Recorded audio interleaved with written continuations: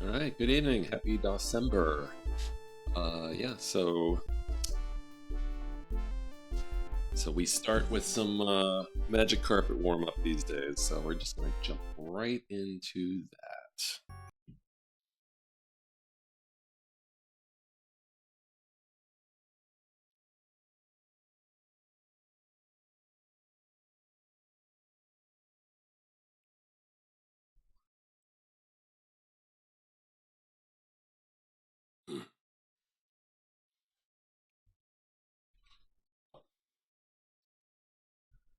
Actually, I should probably change my category for this. Remind me to change it back when I'm done.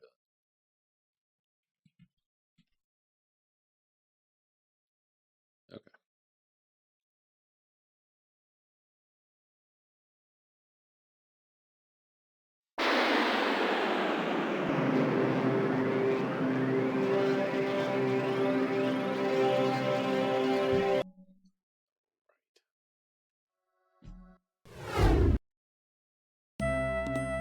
Incredibly loud magic carpet.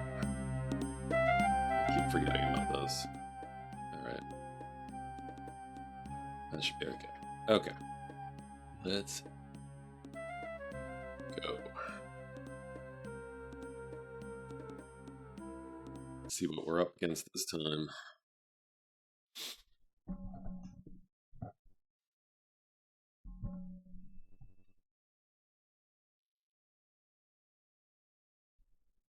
Alright.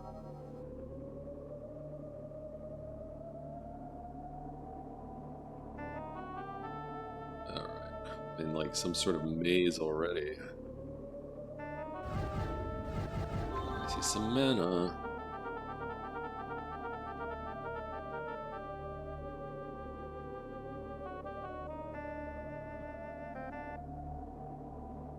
These things, those are griffins, and they don't attack. Don't attack first.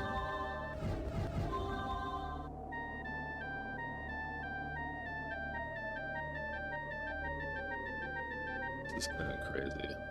Oh, I got a enemy wizard is here.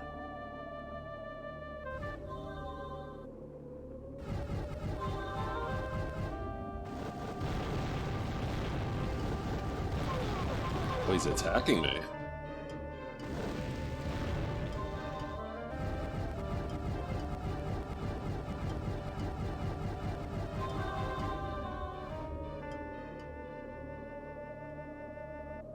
I should probably get out of this maze if I can.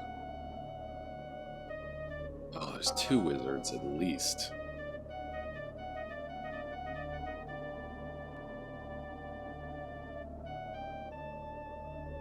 I found the strategy for this game is establish your castle as quickly as possible. Oh boy, something just triggered. Okay. Don't want to mess around with those guys just yet. Right. We can get to work. What do we got over here? Griffins. Kraken. This is the bad news.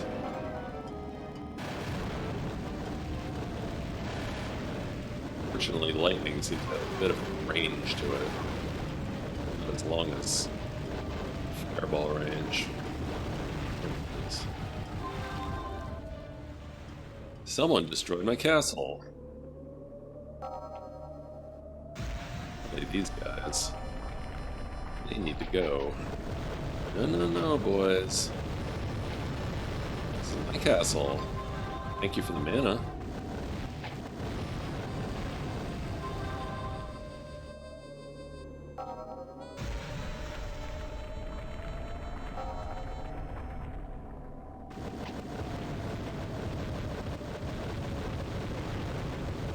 This is nice, actually. These, I believe these are undead. They're nice. Whoops. Nice, easy targets.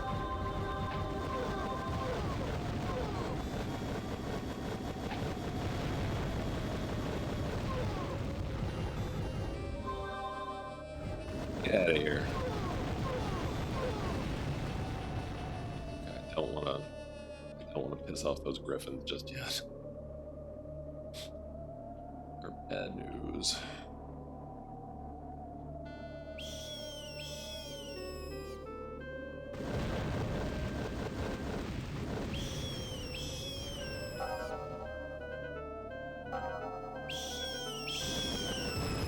Dumb birds.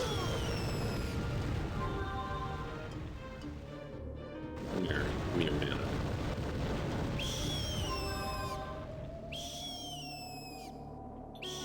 I believe a bird can be attacking a castle.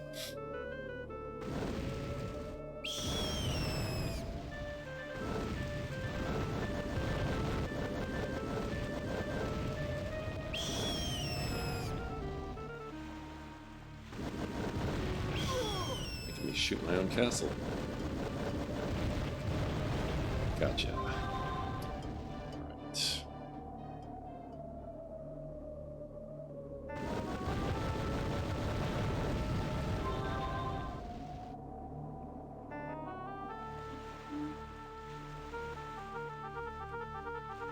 It's just, oh, there's some krakens.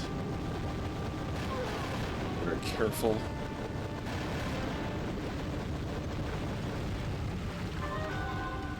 It can be very, very nasty if you let them.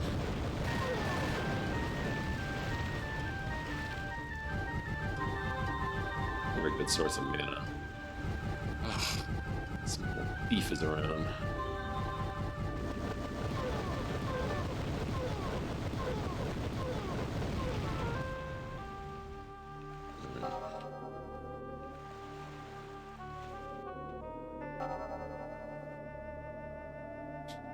Kraken over there? Yep.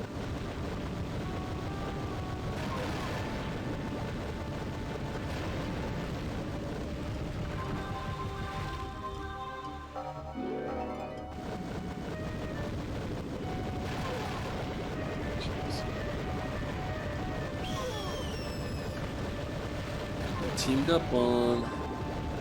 It's not good. Get out of here, bird.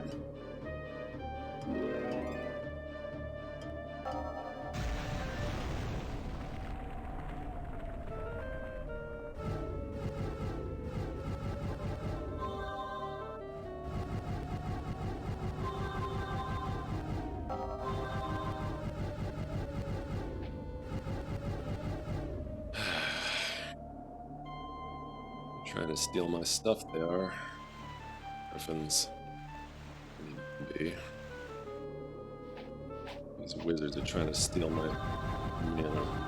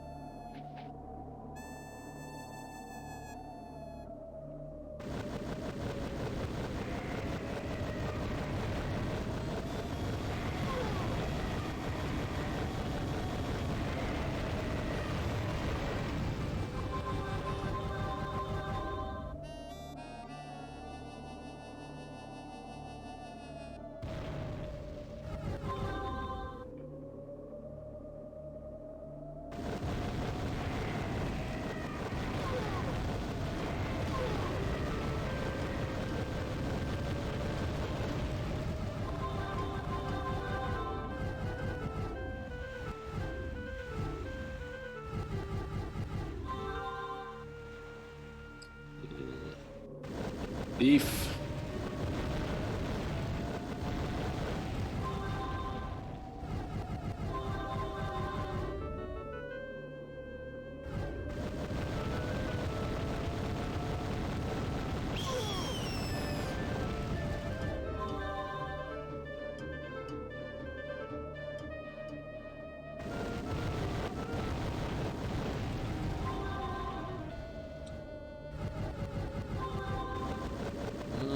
have to go.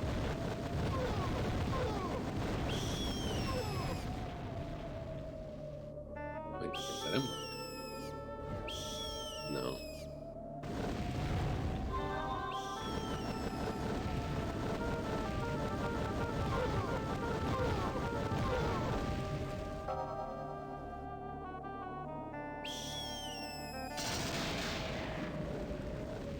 Come here. Come here. Come here.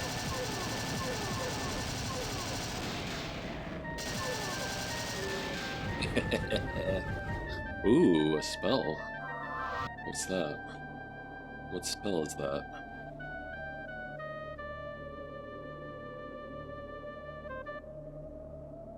I don't know what spell that is.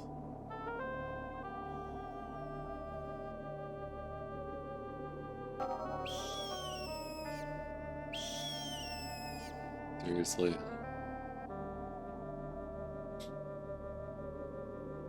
Get out of here, bird.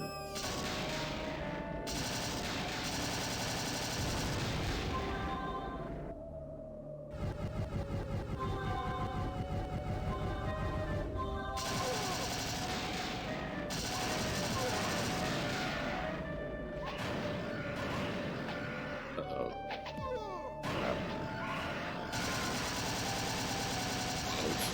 Come into conflict with the Griffins, so they gotta go. Come on, recharge, recharge. Crap. This is bad. It's real bad. Real bad.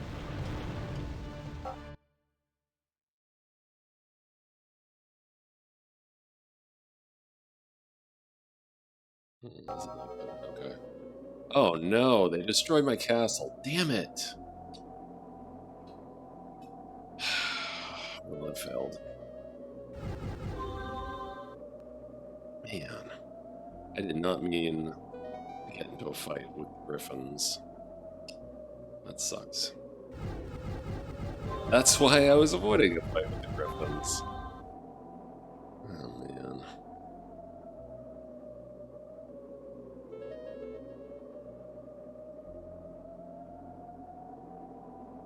That sucks.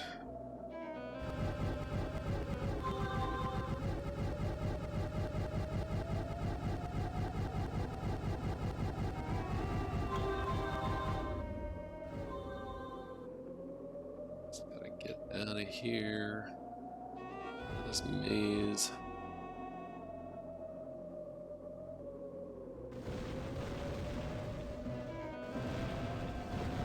Them to come into conflict with griffins.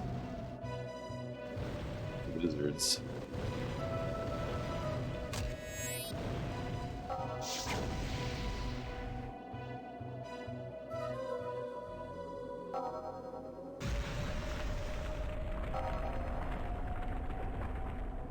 Okay. Start with this undead army.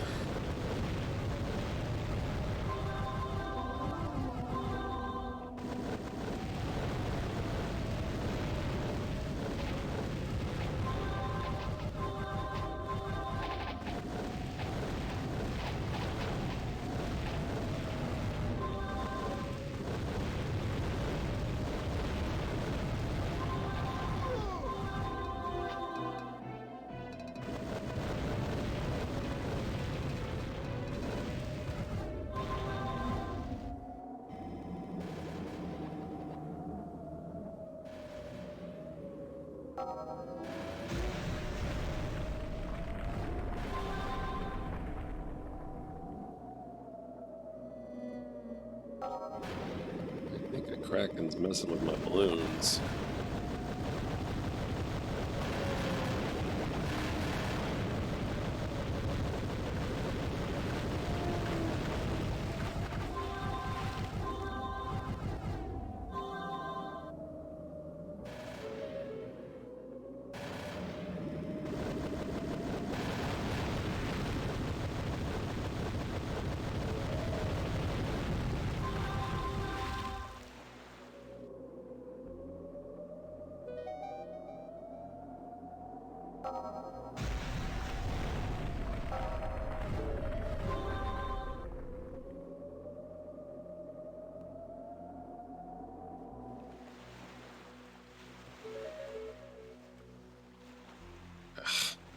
lot of griffins.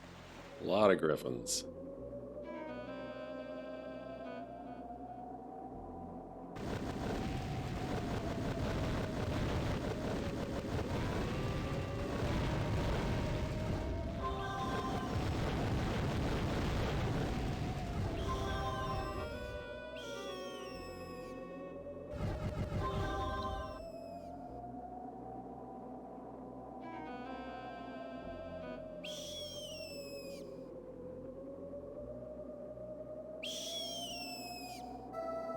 Why are these griffins flying over my castle? Please stop. Please go away.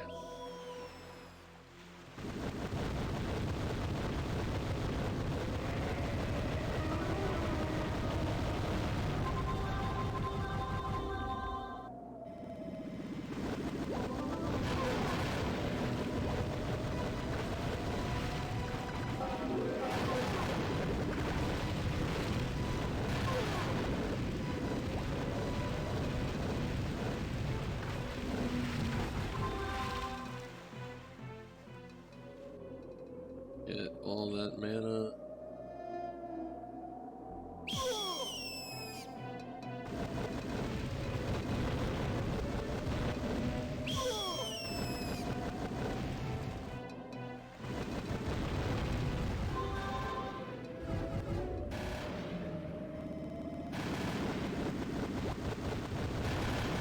Leave my balloon alone.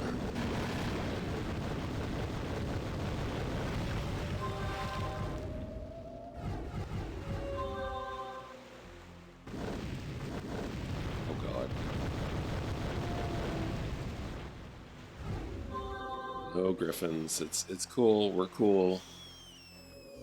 Oh my god. Why are they hovering around my base?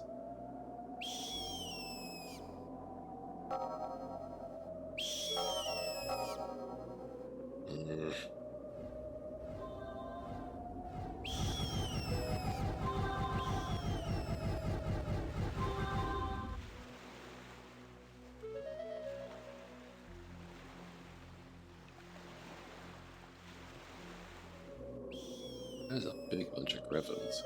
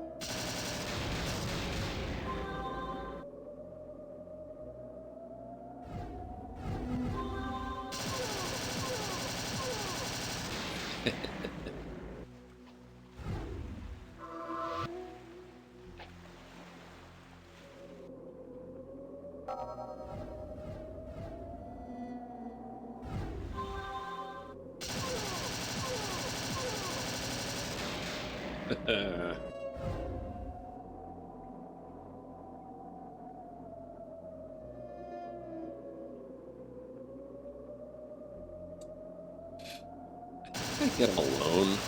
It's okay. We'll find out.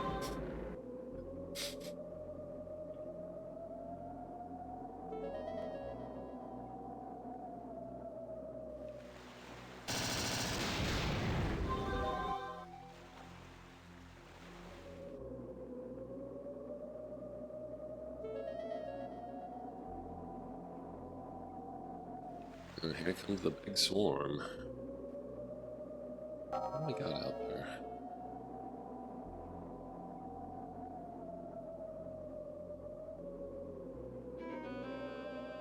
Is that a spell I see in the maze? Might have to get into the maze.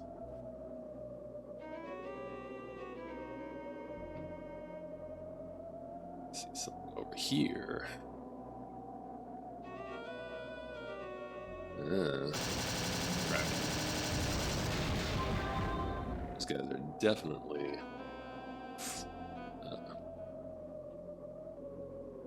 free targets.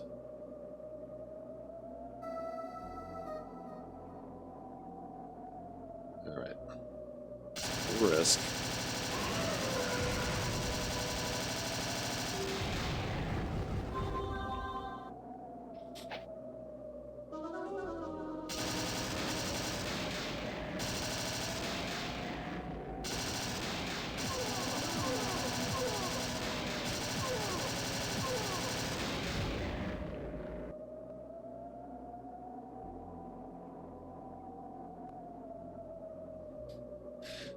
Yeah, so good equilateral triangles to you as well, Kinnikos.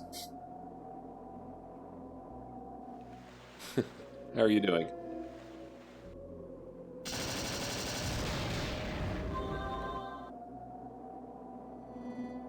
That may not have been an enemy. Oh well.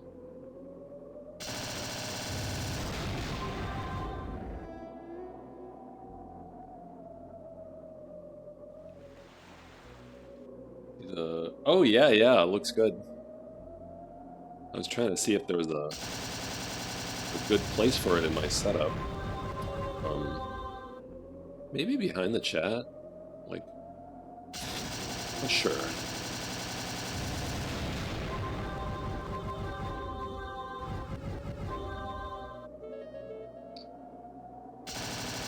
These guys seem weak.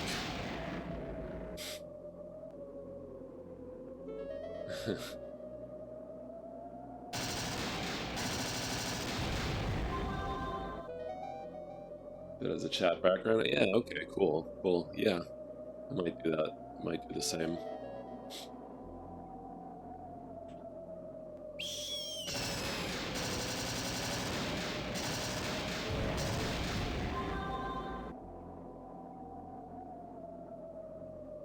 This strangely seems like a somewhat more sedate map for Magic Carpet.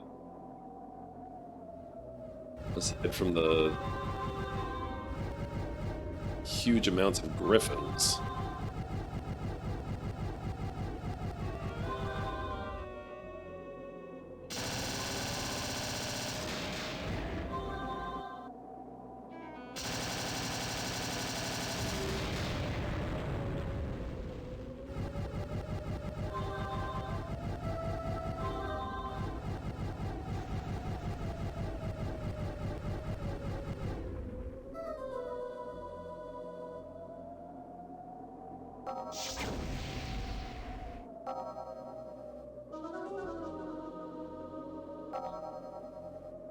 Let's see if I can upgrade yet. Just short.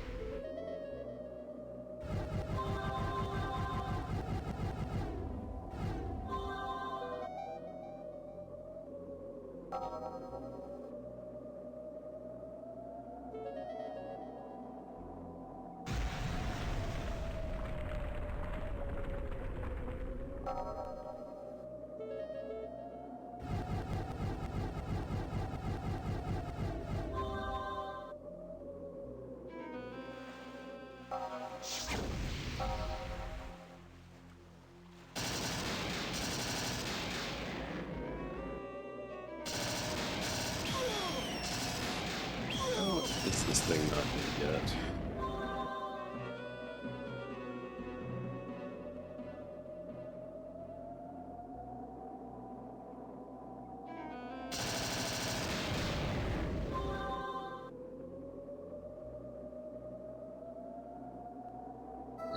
Way up there.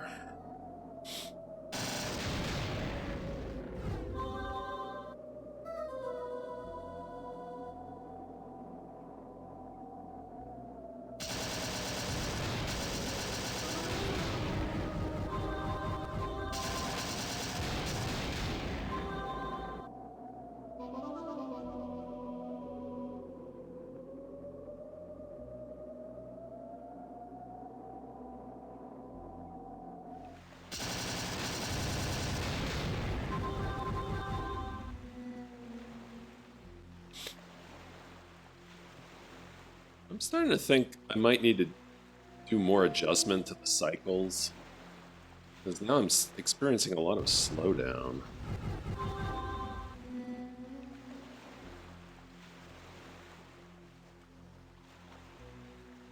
Is this a village?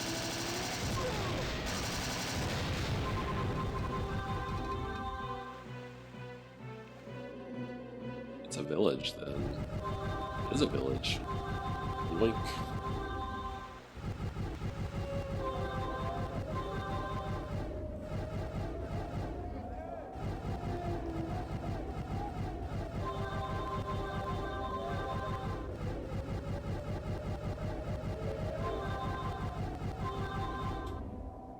I kind of thought early on playing this game that these, oh crap. Oh geez, those are wyverns. Oh my goodness. We'll let them mess with the other wizards.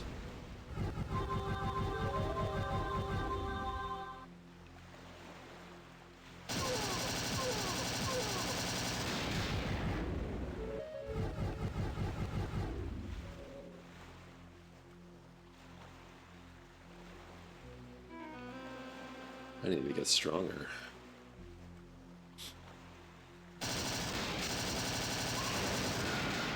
Sorry, Griffin. You gotta go.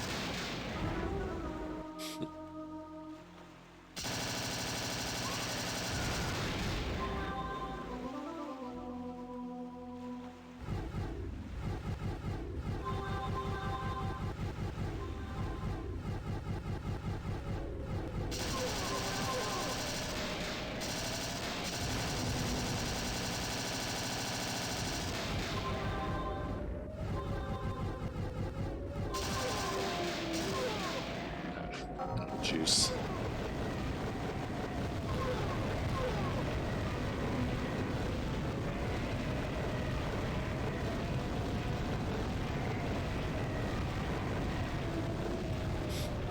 I'm very much out of juice.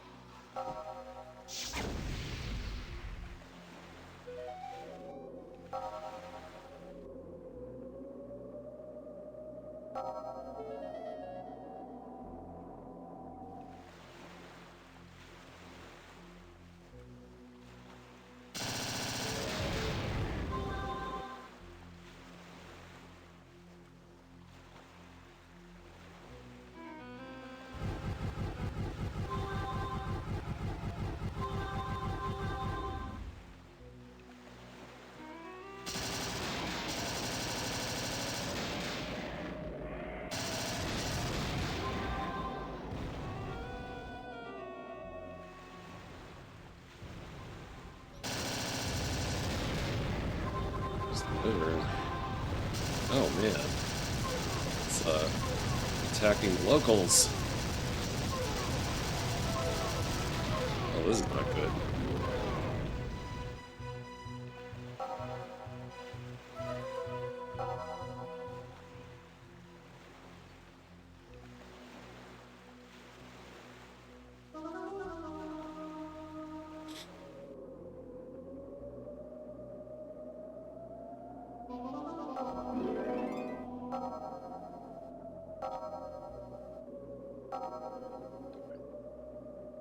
Back into the fight.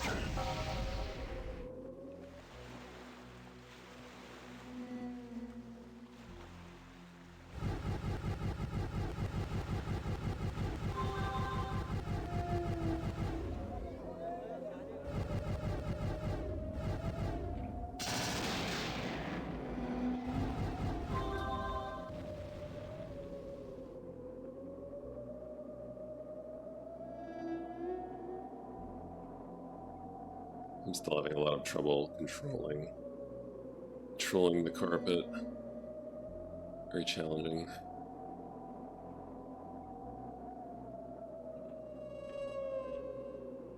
Did the wyvern get killed?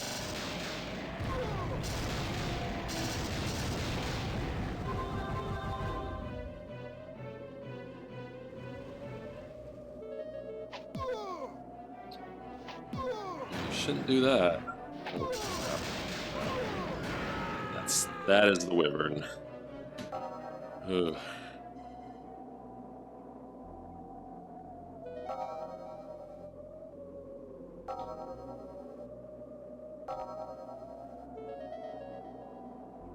That's still a huge group of griffins. Alright, what can I do? What can I do? I can shoot meteors now. Alright. Time to go rob the others.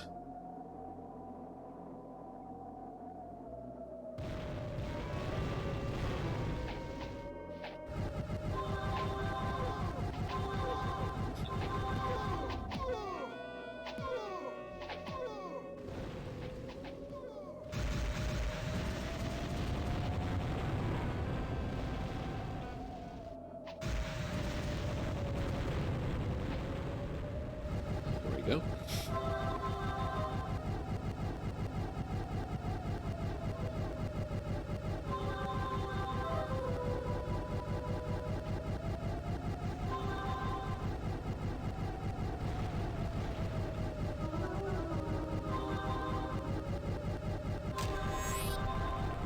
What did I just trigger?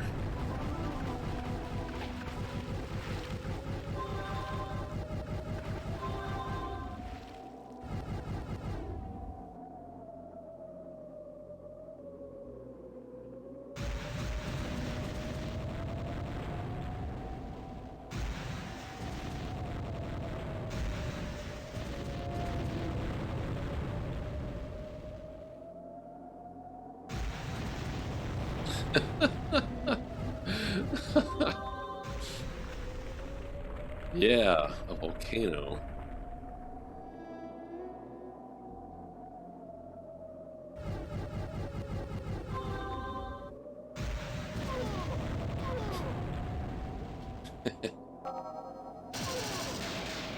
Kind of a weird thing to happen, though. It's randomly a volcano.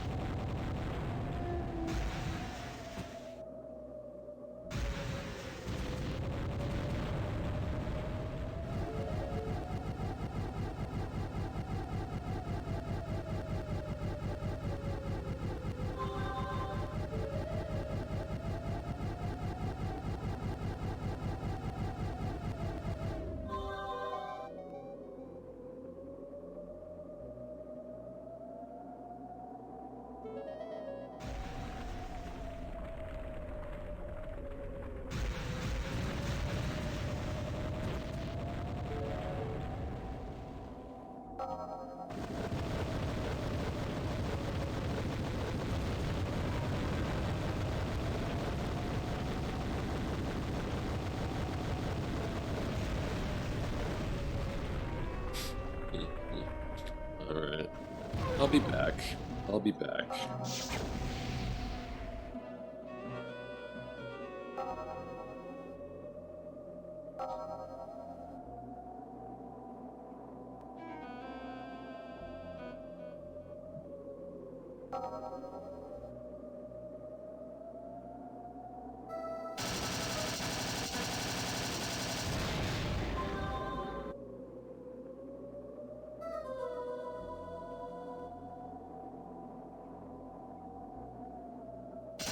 Oh, Lord.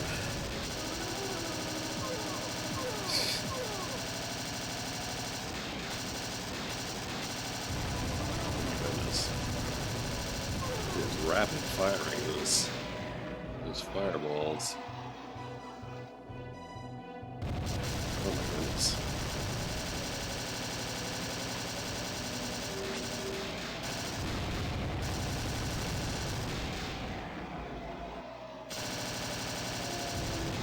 Whew, got it.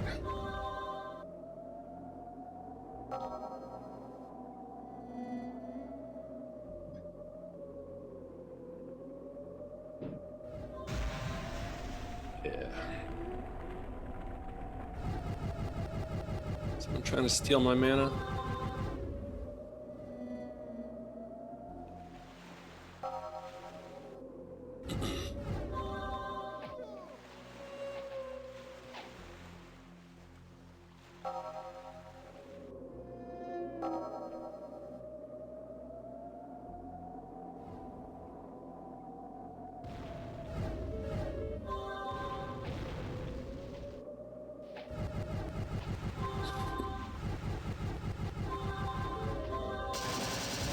Is actually trying to do something?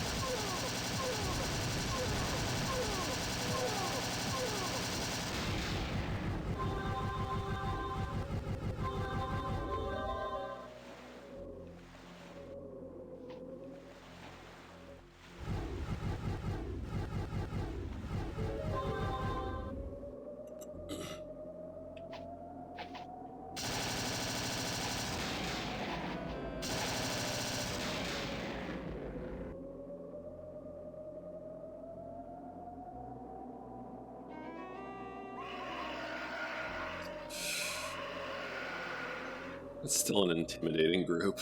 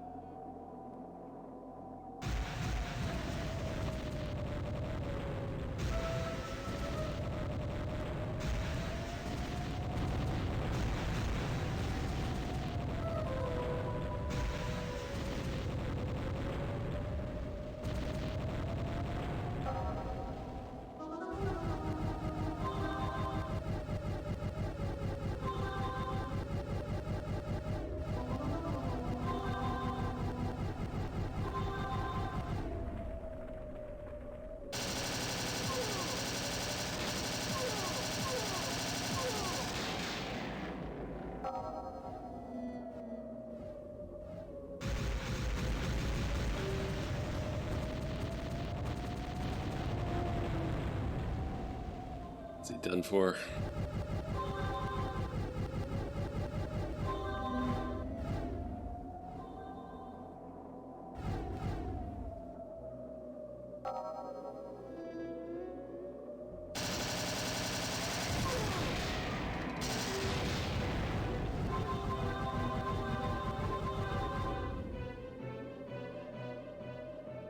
Mana is spawning in weird locations every time I blow up its castle.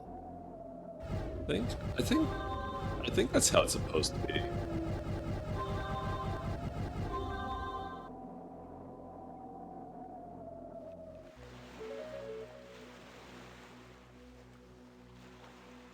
I could be wrong. I think that's how it's been, though. It's kind of spread around the outskirts.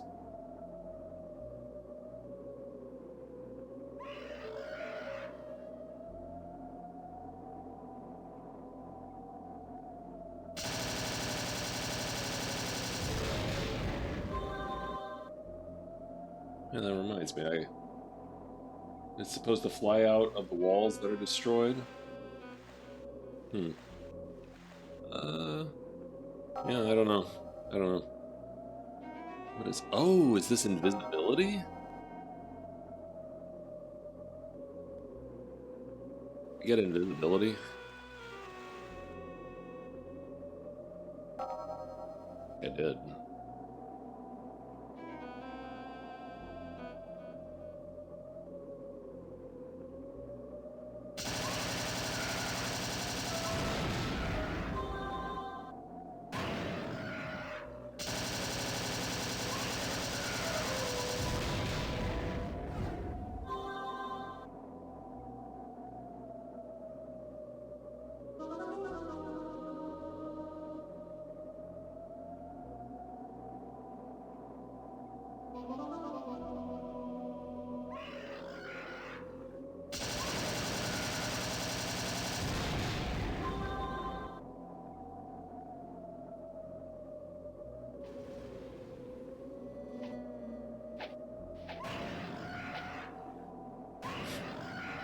You get in a fight.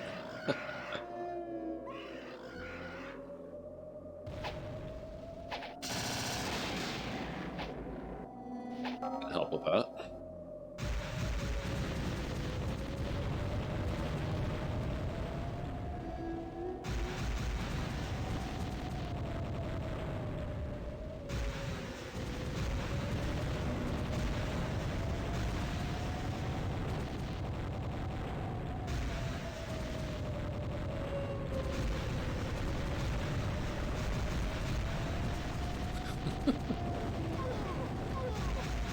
Hit him. Oh, he's done. He's done.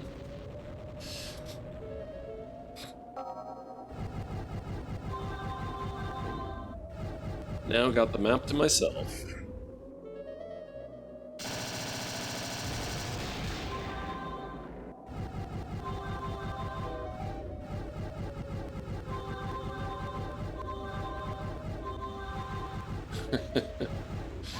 Yeah. Oh, well, someone's mad at me.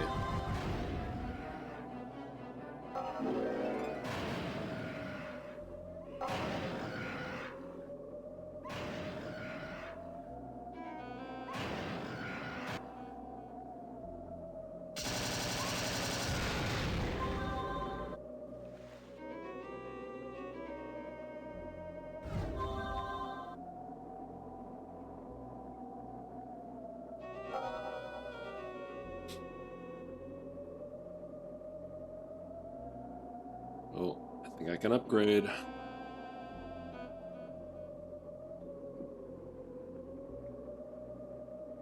I wish there was a spell where I could just be like, let's summon some monsters of my own to clean up the map.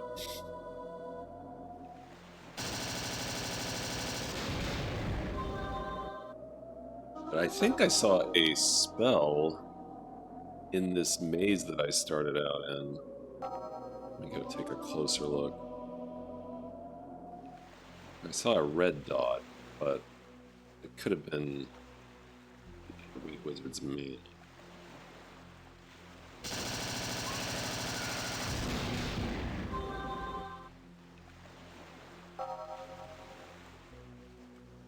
And it's still there. Okay, there's a spell.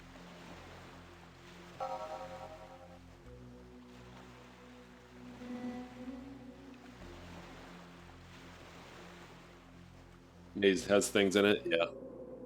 Yeah, it had some, I started out in it, and it had some mana in the beginning. But yeah, I can clearly see there's a spell in there.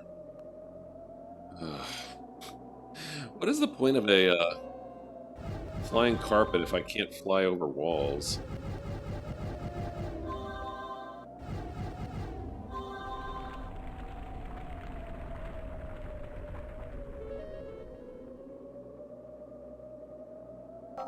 Maybe I should use the invisibility on in case anything gets aggressive.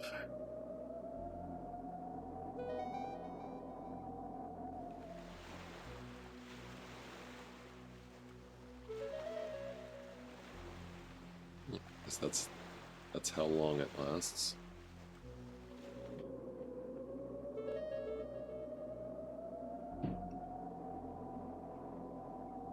Oh, that's right. That's right. The maze was right by my castle. I should have known that. I mean the exit or entrance, depending on your perspective.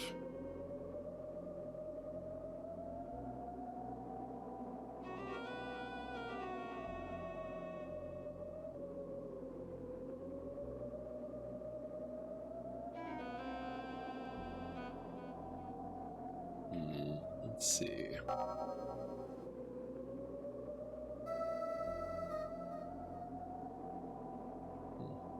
I think I know. I think I know how to get there.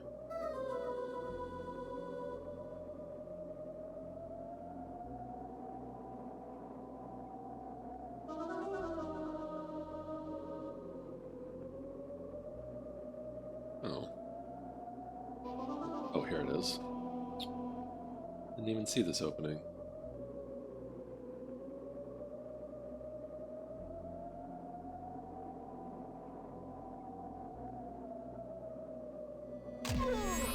Whoa. Whoa. Oh, I could have gotten out of the maze like this. That's funny. What is this spell, though? What spell is this?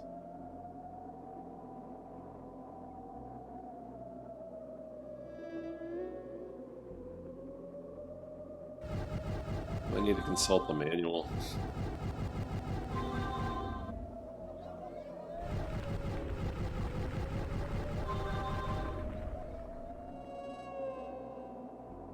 Alright, I guess I'm done.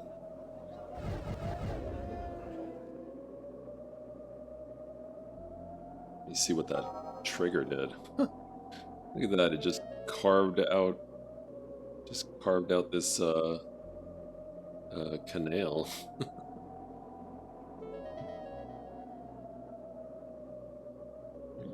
Yep, I guess we're done.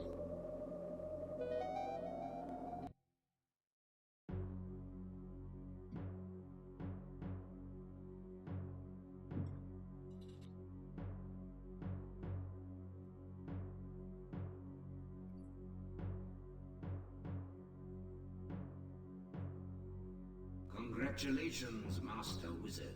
The world is restored to equilibrium. 60%. I found 100% of the spells. That's all I think that's all I care about.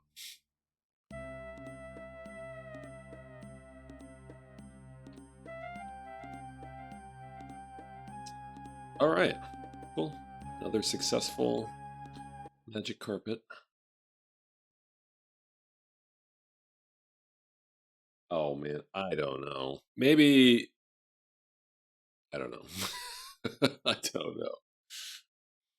That is beyond my means. So, back to the main event.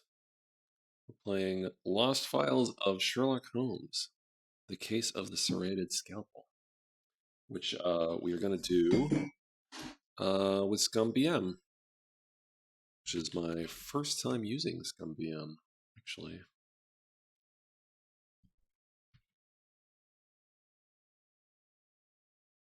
There it goes.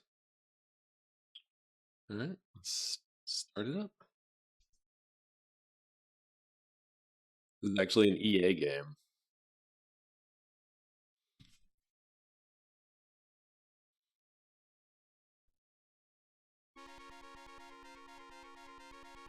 Oh, but that's quiet.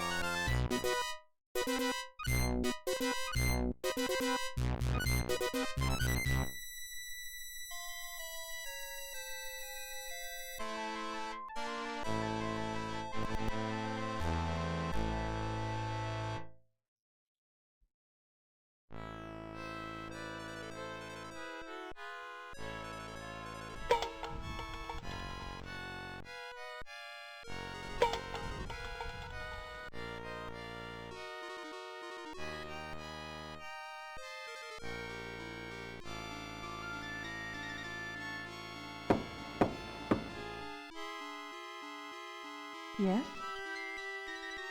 Begging your pardon, ma'am. This is a note from Mr. Holmes from Inspector Lestrade of Scotland Yard. Oh, very well. I'll see that he gets it. Thank you, Constable.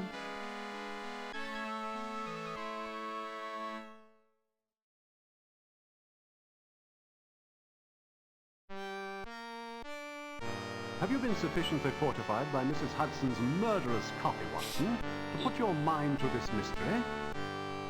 Whatever are you on about, Holmes, so early in the morning? I'm sorry to interrupt your reading, old man. Mrs. Hudson has just delivered a very intriguing note. Would you care to peruse it? By all means. Mr. Holmes, a young woman has been brutally murdered outside the Regency Theatre in Oxford Street. The evidence here suggests that Jack the Ripper has emerged from under his rock in Whitechapel and struck savagely in Mayfair. Despite your contention that the Ripper's work is without motive and therefore not suited for your methods, I believe you would find this case of interest, and the Yard would be most grateful to hear your opinions. G. Lestrade. I will not deny his request. Watson, if you would accompany me, I should be glad to have you at my side. With pleasure, Holmes. Lestrade seems finally to have recognized the value of your investigative techniques. My blushes, Watson. Your compliment will turn my head. Let us see if I am truly worthy.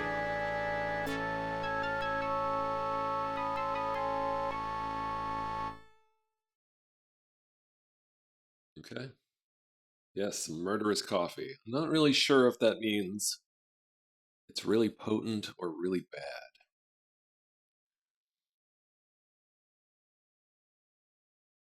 Got all the credits up front. I understand.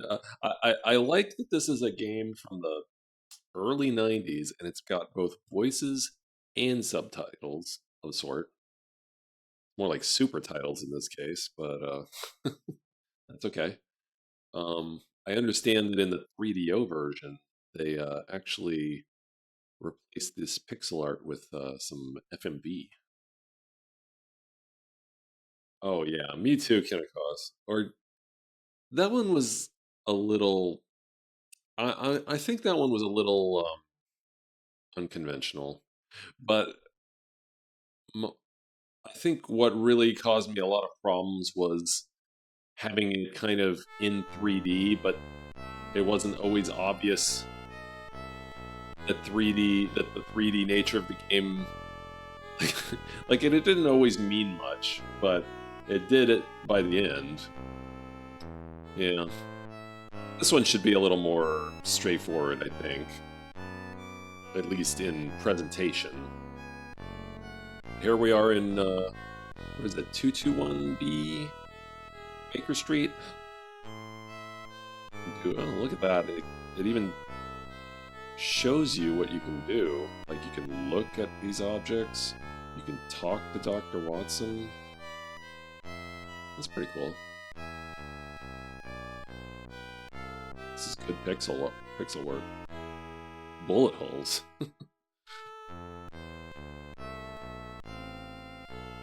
I guess I have to read this stuff. Over 70 bullet holes compose a script rendition of the sovereign's initials, VR, for Victoria Regina. This redecoration of the south wall was recently performed with a pistol as a singular demonstration of patriotism for the beloved queen's golden jubilee on 21st June 1887. How patriotic of him. I'm sure Mrs. Hudson was very appreciative.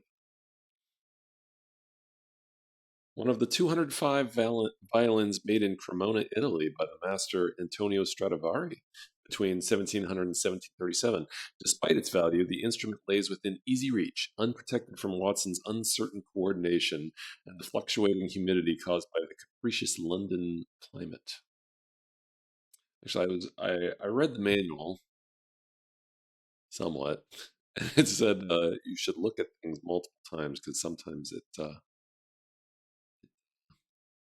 gives you different results. Oh, okay.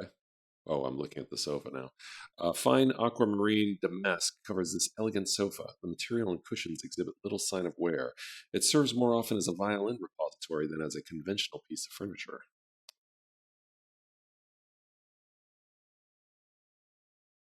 Nothing new. Nothing new. Okay. Watson's desk. A commonplace oak desk with drawers. A stethoscope and some letters are scattered around the top. Can we read the letters? Can we read Watson's letters? Picture. An unframed picture of the recently deceased Henry Ward Beecher, the American preacher and orator, progressive and persuasive lecturer. Beecher was a leader of the anti-slavery movement, a proponent of female suffrage, and an advocate of the theory of evolution.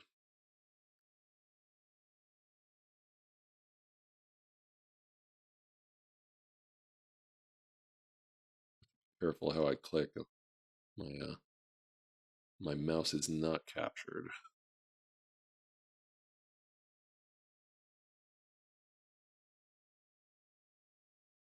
A so-called student lamp made of brass and green glass. It can be adjusted to burn with a very low flame, though it provides little light at a low setting.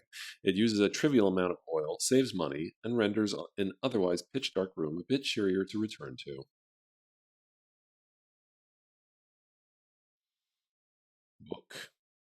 JPVD Ralston's classic Griffin Rampant, an exhaustive survey of the subtle influence which Anglo-Saxon coats of arms exerted on moribund Norman heraldic traditions in the reign of William Rufus. Well, sounds like a real page turner.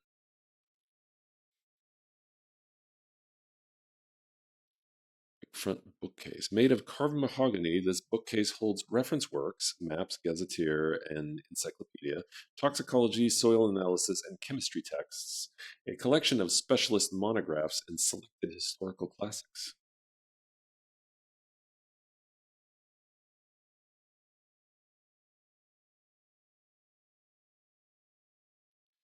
Watson's medical shelf, which also contains his casebooks, notebooks, and scrapbooks, a few pulp mysteries, and a collection of Clark Russell's sea stories. Why would he read pulp mysteries? He lives in a pulp mystery.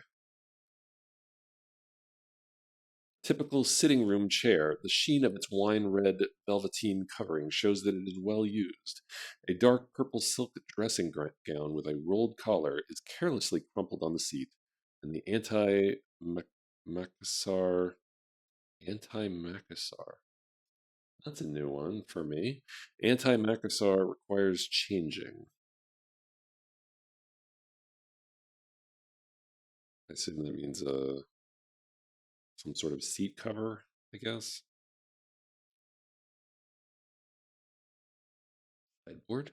A rosewood sideboard, the top of which is strewn with cigar boxes, assorted bottles of alcoholic spirits, the odd plate or two, a common gasogene, and sundry ornamental Victoriana.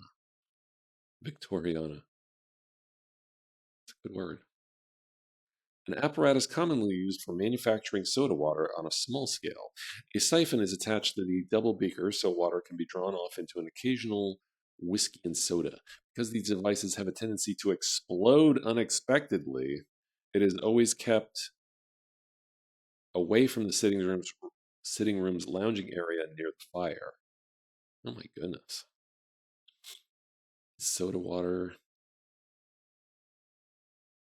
worth that? Occasional explosions.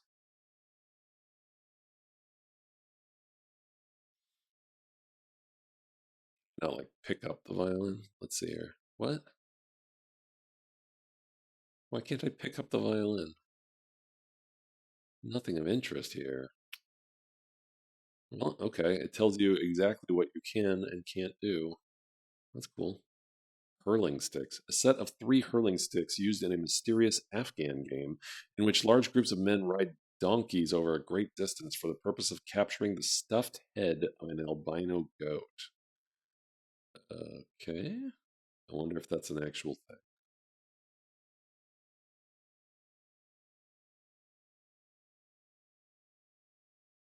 Handsome roll-top desk littered with insignificant pieces of paper and dust. A key set in a single drawer is turned to the open position. Can I open it? Ooh. Oh, okay. I can't. Okay. Never mind. It doesn't always tell you what you can do. The desk contains a small daily diary and a checkbook.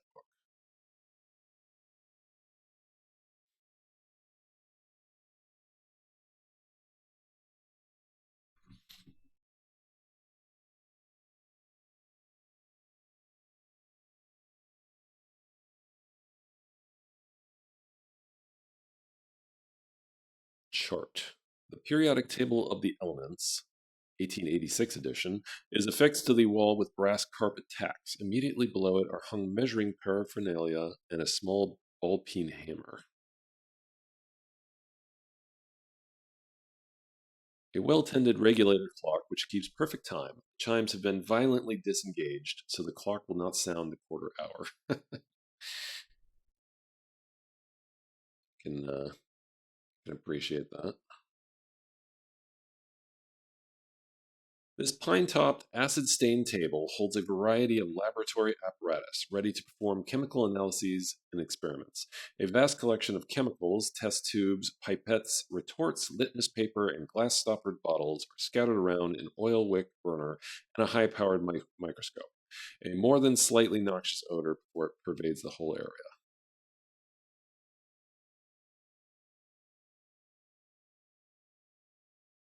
Got some chemicals here. Numerous jars and bottles filled with common commercial chemicals like bichromate of potash, hydrochloric and nitric acid, powdered lime, oil of vitriol, zinc, sulfate of soda, and silver nitrate.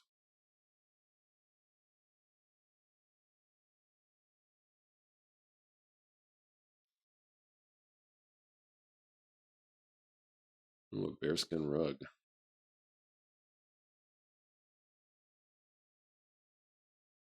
Supplied unwillingly by an enormous European brown bear, its close proximity to an almost constantly burning coal fire has rendered its once lustrous coat a bit dingy and fire-scarred.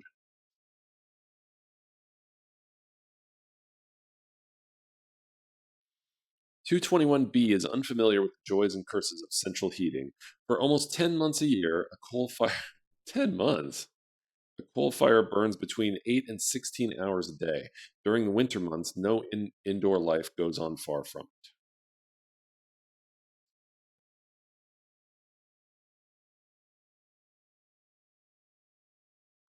A framed reproduction of Clifford's portrait of General Charles George Chinese Gordon, the hero of the Chinese War of 1860. He was killed by the Mahdi's forces in the Battle of Khartoum.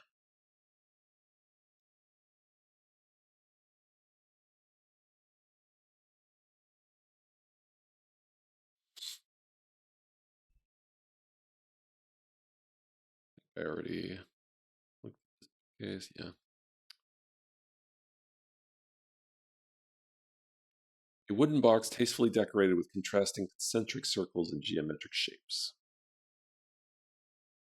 I open the coal scuttle. Yes, I can. Ooh, did I get some coal? No, I guess not. It looked like he took some. Despite his name, coal has never marred the inside of this box. Instead, a sizable quantity of Havana cigars and a stash of unread medical periodicals comprise its contents. That's funny. Let's get some. Let's get some cigars. Dang. Okay, I guess I've exhausted all my options here, except I can look at stuff here. Okay. Uh, This was already read here.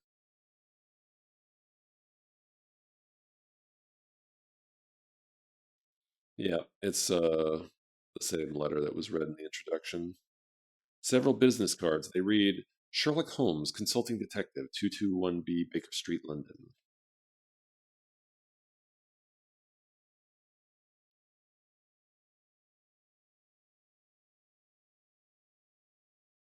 I can give people my business cards. It's a little surprised there isn't a little atmospheric music. But let me go ahead and have a first save. Holmes 1. All right. Oh, we should talk to Watson.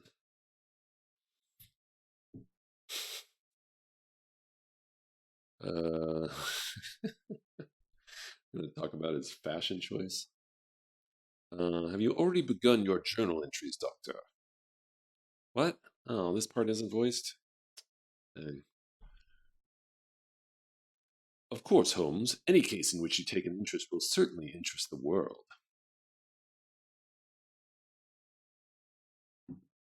Can we still talk about his bowler hat?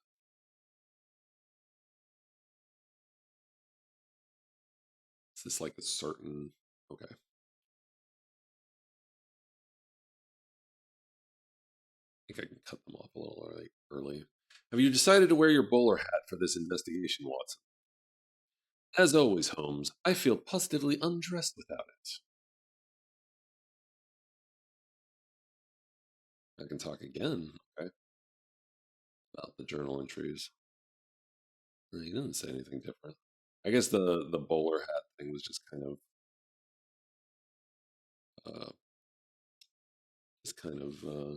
for fun. All right, we'll be on our way. Let's go, Watson. Come along, Watson. The game's afoot. I chose my title well. My stream title.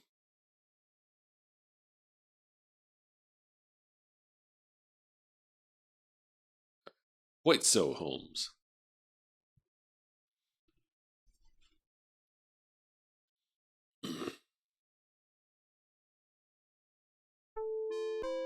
There we go.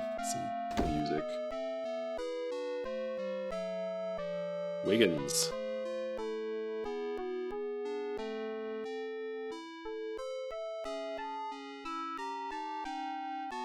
Look at the urchin boy.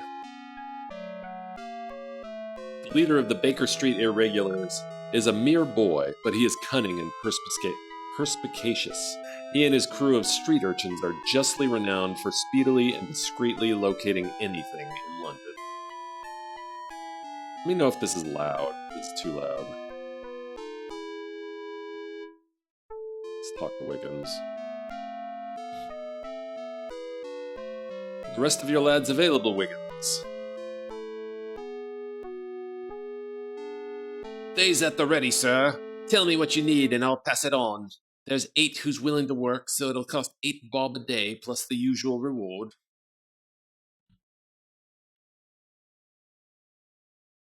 Good evening, Zenith, Dante. Just started this game. Finished another level of Magic Carpet, but we just started this. Looks good. I mean, it's a nice looking game.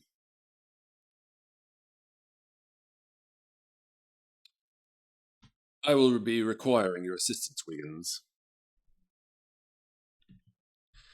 At your service, Mr. Holmes. You got a job for the irregulars? Well, no, Wiggins, not just at the moment. I was wondering what he was going to say. Very good, sir. Let me know when there's anything we can do for you. We can all use the brass.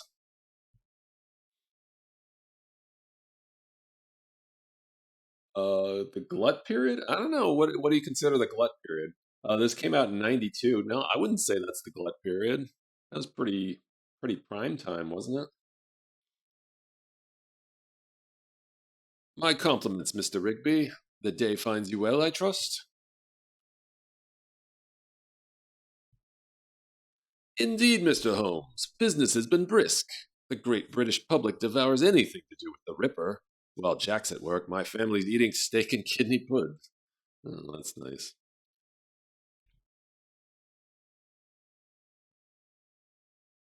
I mean, this is pretty early 90s, 92. I suppose this would be like the beginning of the downturn. I don't know. I don't know. I mean, you tell me. Is that what you consider the glut period? Yeah, I mean, I think so. I mean, like I said, I just left Holmes's office, but I'll show you in a second after I read this. For 30 years, Jonas Rigby has operated this newsstand. Though legally blind since being wounded in the Crimea, he recognizes all of his regular customers by the sound of their voices or the size of their tips. His proximity to the lodgings of a certain consulting detective has probably contributed to his never having been shortchanged. But yeah, if you like just hover over things, it'll show you what I guess the well, I guess it would be the default command that you can do other commands. But yeah, I mean it's looks very polished so far. Really like point and clicks.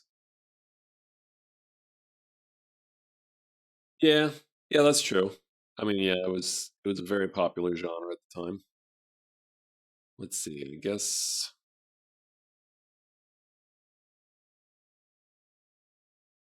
I think it's supposed to have like a cab service or something to get around. Well, I guess we can talk to Watson. Um, these hideous Ripper crimes have exhausted the resources and imagination of Scotland Yard, Watson. Can we do better with our case? With you in the lead, Holmes, I'm sure we shall.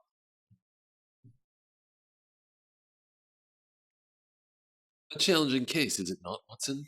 Well, we haven't really started yet, Sherlock, or Holmes, but quite enough to tangle my senses, Holmes. I hardly know which way to turn. Let's see. How do I like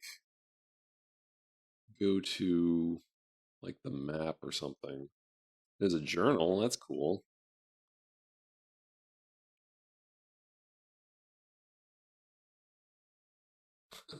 Boy, every conversation I've had is in this journal. That might be a little excessive, to be honest. Setup?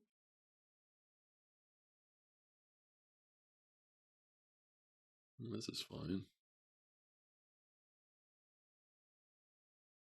Uh, oh, there we go. Okay. Alley. Alright, I guess I only have the... Oh, never mind.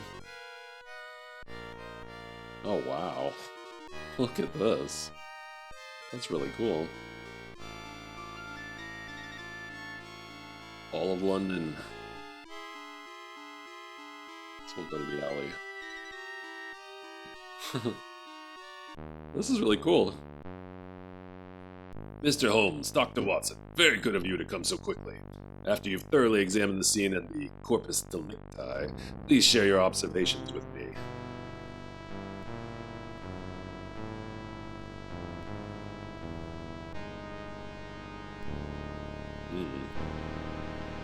Cigarette butts. Behind one corner of the crate are a half-dozen cigarette ends, recently crushed into the dirt. The brand is common and smoked by thousands of Londoners. The smoker was a man wearing heavy shoes or work boots. Given the length of the butts, his fingers are most certainly stained by nicotine.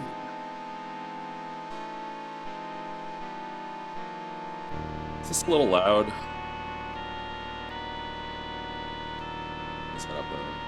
I'm going to turn this down a shade. Yeah, I think that's better. Yeah, okay. Is that still okay? Oh, there's a kitty.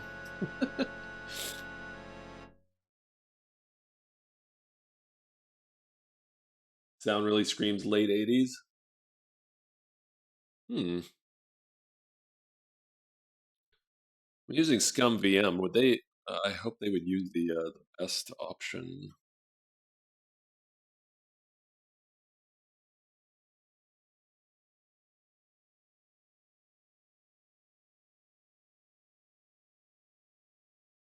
Yeah, the music. Yeah, yeah. This does have some voices. Well, it had voices in the intro. I guess that's come to an end. This is a well-traveled but sturdy crate with a detachable cover. The name of the theater stenciled on the cover is almost worn away. Footprints in the dirt nearby indicate someone standing here recently. Can we open the crate? Yep. The theater's costume mistress apparently dumped fabric remnants and spoiled work into this crate. Contents appear undisturbed.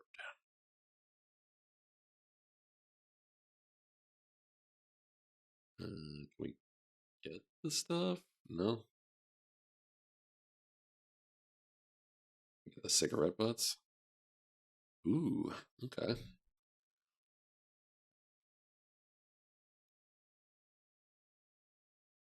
A battered piece of paper. It appears to be a common theater playbill. Can we take it? Yep.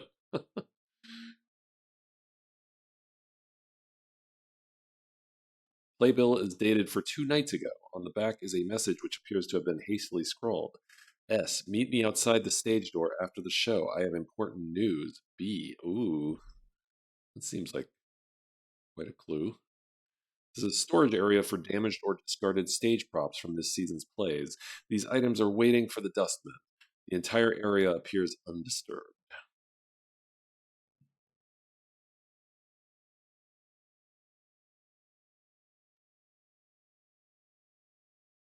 Handbag. This well received? I don't know exactly. I heard good buzz about it, like in contemporary times. Um, I don't know. That's a good question.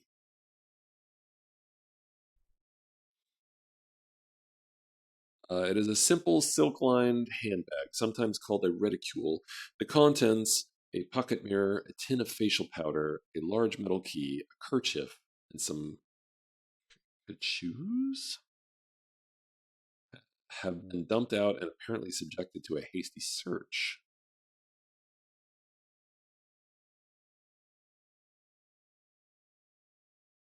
This to be honest, this oh, pretty tried and true for the day. Looks like a solid Reese, kind of a cigars and whiskey type again. Yeah, yeah. No, it looks really good. I mean, we'll see how it all plays out. But actually, the funny part is, let me read this first. It's a 2-foot section of iron pipe. Both ends are corroded by rust. There's a trace of red paint on one end. Red paint, eh? Holmes just picks up everything. The funny thing is, okay, so I was trying to think of, I was trying to decide what I would do for December, right? Okay, yeah, in Lurklandia, that's fine. Uh, you're always welcome. Any lurkers are always welcome. But the thing is, I was trying to figure out what I was going to do for December, and I was looking through my own personal collection, and I stumbled upon a different game, which is The Lost Files of Sherlock Holmes: The Case of the Rose Tattoo. I don't really know where I picked this up, to be honest. Which I don't know why this keeps happening, but but I spotted that and I was like, oh, that looks neat. Let's take a look online. And I look on, yeah, I guess probably Moby Games. That's like my go-to, for better or worse.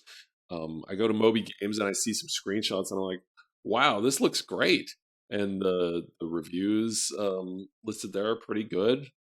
But then I noticed, wait a second, this is not the first game in the series. This actually had This game, which is known as the Case of the Serrated Scalpel, was the first game in the series. There was only 2 games in the series. But I was like, okay, well, if there's an earlier game, I guess I better do that before I do Case of the Rose Tattoo. Um, but yeah. So I acquired this, and I'm pretty pleased with it so far. A lady's very stylish hat, fashioned in fine crimson silk.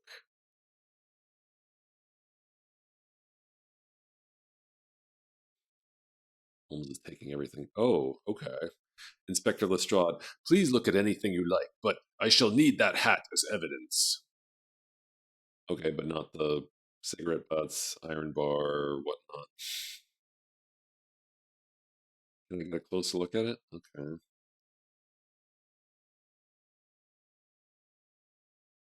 I can't look at it any closer than that. Let's talk to the constable. Is everything here exactly as you found it? Nothing's been moved since I arrived, Mr. Holmes. I rang up the inspector, and he was most particular in his instructions. Touch nothing, he says. So I've been standing here like a lump.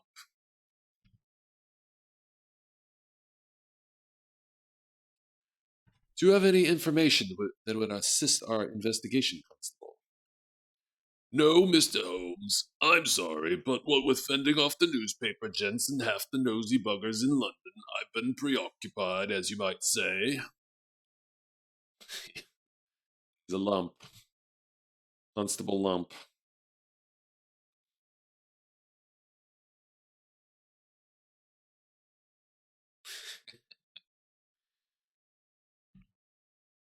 I need to look at it more closely.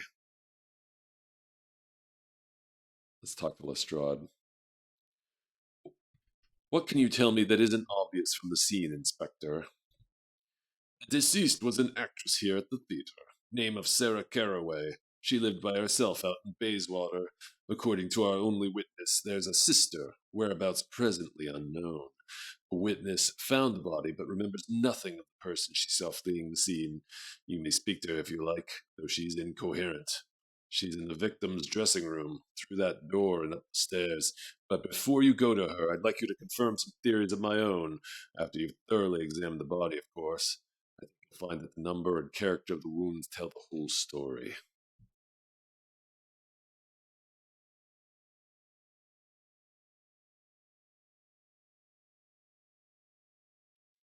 Just do everything except inspect the body. Do you see anything of significance, Watson? Not sure, Holmes. What I see disgusts me so that I can barely think. I believe I have seen no clues that reveal the truth of this horrible matter to me. If I have seen any, I have not been able to understand them. I'm sorry. Of course, Watson, useless as always. Just kidding. Just kidding, all you Watson fans out there. Right. A woman, approximately 25 years old, has had her jugular vein viciously slashed. This was certainly the cause of death. There are several non-fatal gashes on her abdomen, abrasions on the back of her neck, and scratches on her left ring finger. The distinct odor of a particularly cloying and inexpensive brand of perfume pervades the body. I can look at things more closely, like wounds, scratches. A slight skin discoloration encircles the ring finger of her left hand and suggests the victim wore a ring. The scratches result from said ring being wrenched from her finger by the murderer. Let me make sure there's nothing new from a second look. Okay, abrasions. The abrasions on her neck imply that her attacker forcibly removed some sort of heavy chain or necklace. There are 3 separate lines where a chain scraped her neck, all of which are deep and vivid.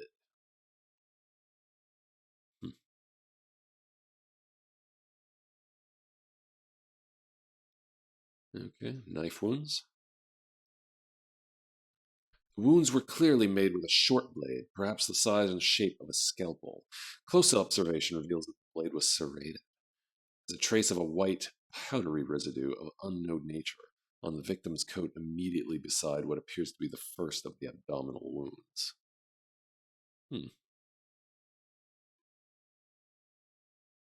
The substance was most probably on the murder weapon at the time of the attack. Thorough chemical analysis would most likely reveal its composition. Okay, can we take some of that? Oops, I don't want to pick up the corpse. I got a sample. Excellent.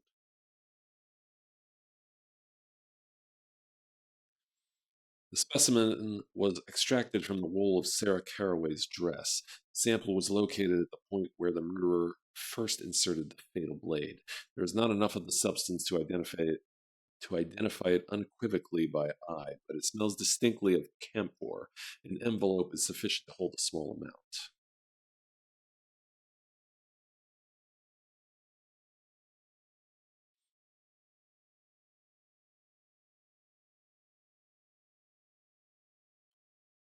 Okay.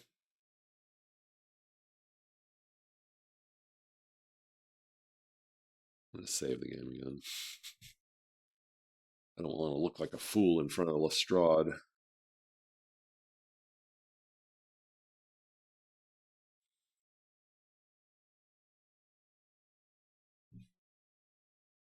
Just inspecting the scene.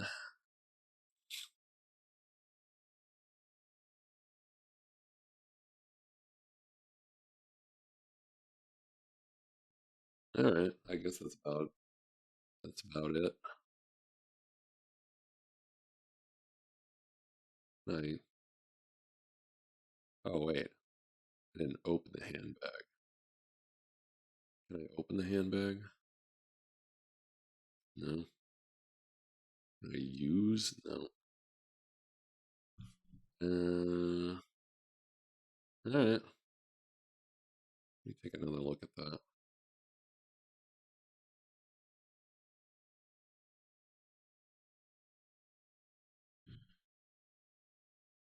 Okay. Have you decided on an explanation for the crime, Inspector?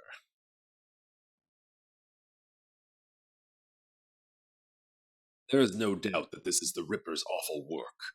The fact that we are miles away from his habitual haunts in Whitechapel is of absolutely no significance. This gruesome business has his signature written all over it.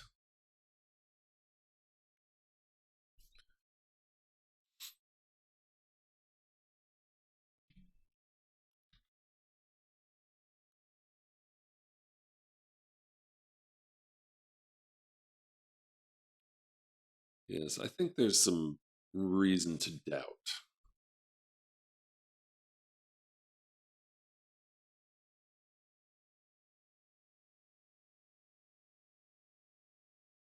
Should I really let him have it?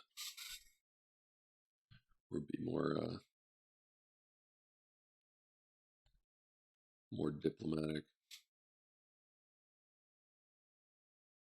I'm kind of curious about this first response because it mentions Watson. I was wondering if Watson would weigh in if I choose that one. Let's do it. I'm afraid I cannot give myself the pleasure of agreeing with you, Inspector, and being a man of scientific temperament, I doubt whether Dr. Watson would concur with your theory.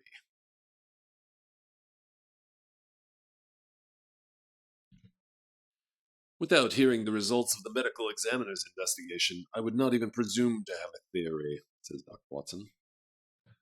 Inspector Lestrade. Quite right, Doctor. Mr. Holmes and I perhaps overstep ourselves, though I am certain that the official inquest will prove me correct. And what'd you call me for?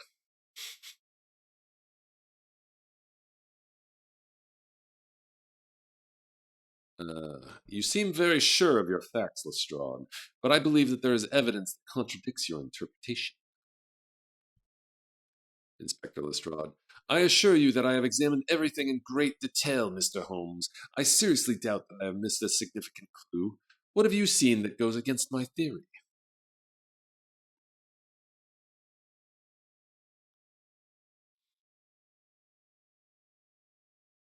Do I need to know more about the Ripper case to kind of weigh in here?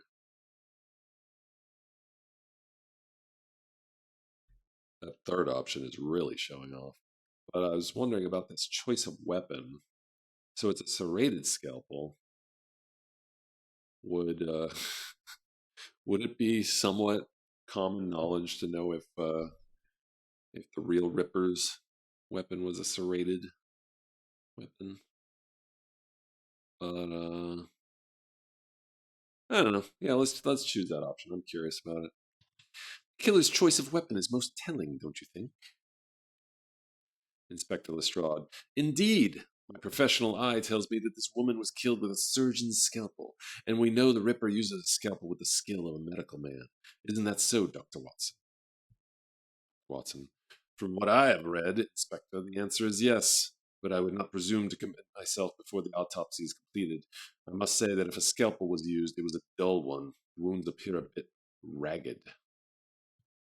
Inspector Lestrade. Well, that's as may be. I'm certain that the medical examiner will confirm my observation that a surgeon's scalpel was the instrument of death. Mr. Holmes, do you have any credible reason to believe the weapon was not a scalpel?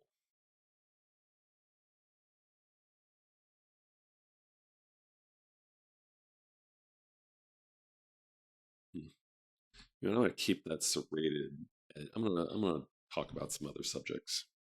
I'm going to hold on to the serrated edge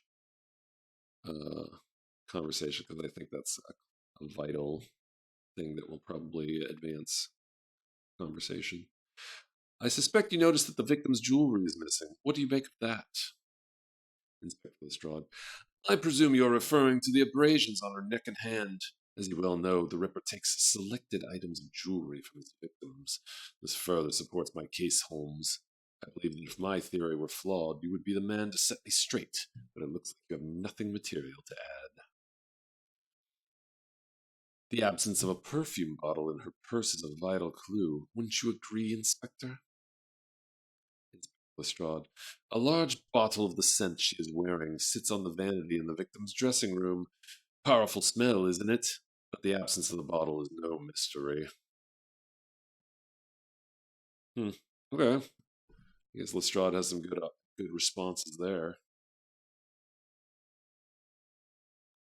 The murder weapon is missing, of course. Well, of course the murder weapon is missing.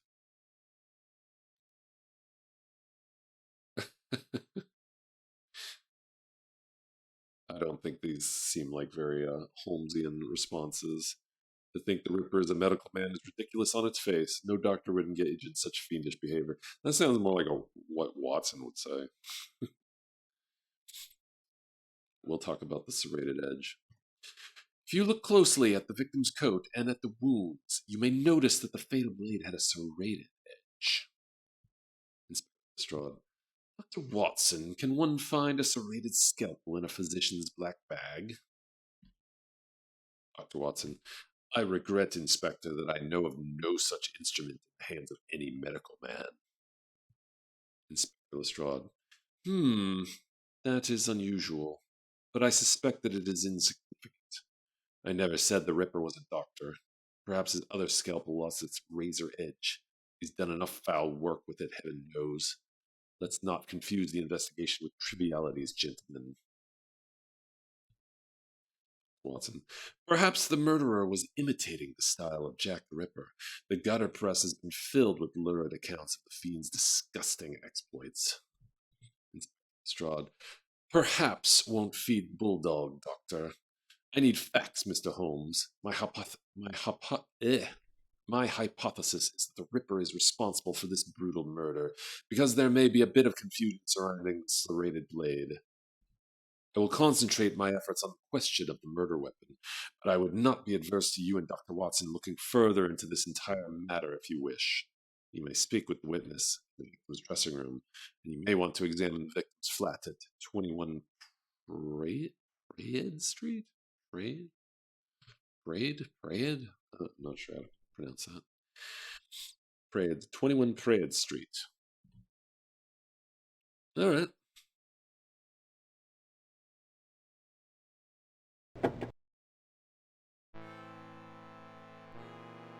Henry Carruthers.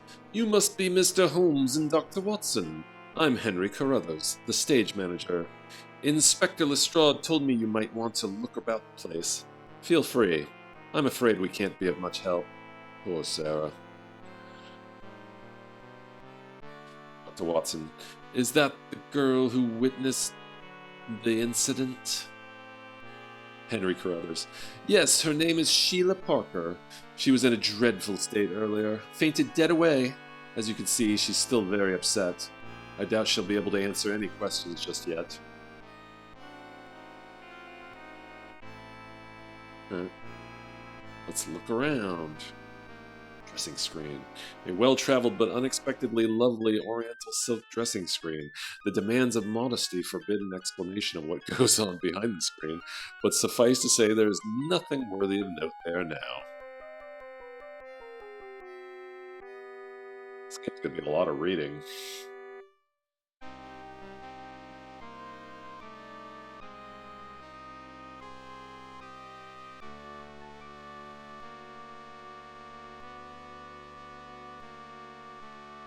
A formerly elegant mahogany chiffonier,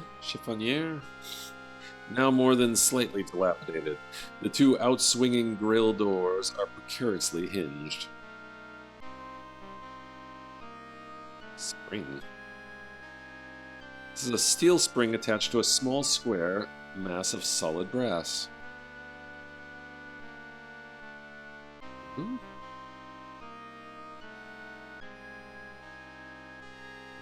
Alright, I got a spring.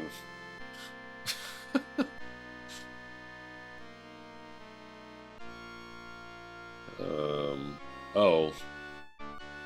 This looks like one of those, like, door stopper things.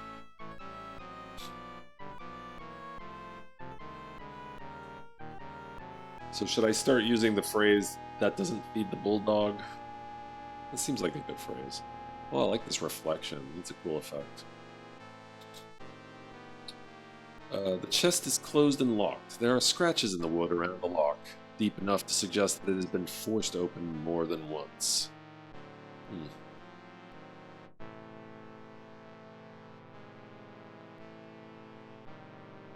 Written card.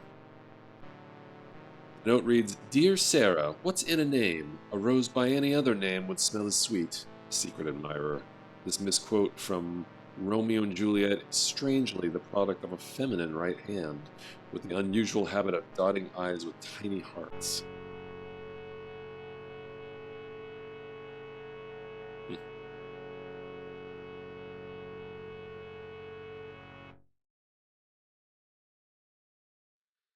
These are pink carnations with dark red veins in the petals.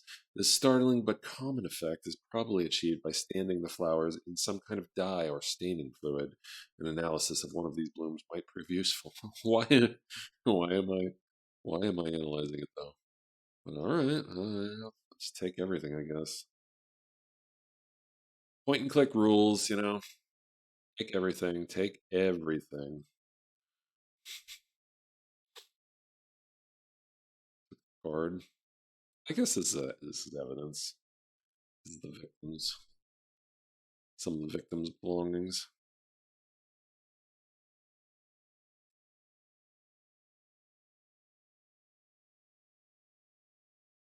So let's see. Okay, so that was right. Her name's Sarah. Victim. So let me examine this theater playbill.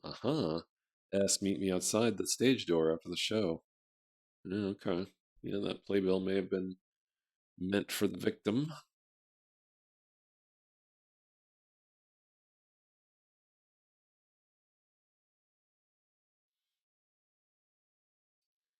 A straight-back velveteen upholstered chair, probably intended for visitors. It's a bit worn and has seen better days, but the upholstery is not ripped, nor do any of the finishing tacks appear loose.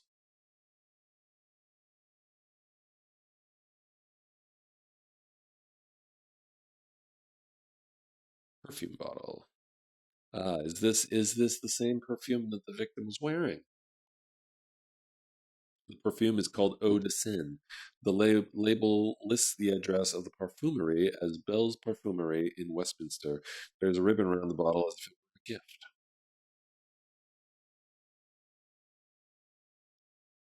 Yoink. Little known fact that Sherlock Holmes actually just like a complete kleptomaniac. Boxboard portraits of several notable London stage actors of the previous generation are glued securely to the wall. They glued it to the wall? That's barbaric. The mirror is one solid piece of glass with no removable back. Nooks and crannies of the carved mirror frame, which is poorly painted a dingy yellow to look like gold, reveal nothing out of the ordinary.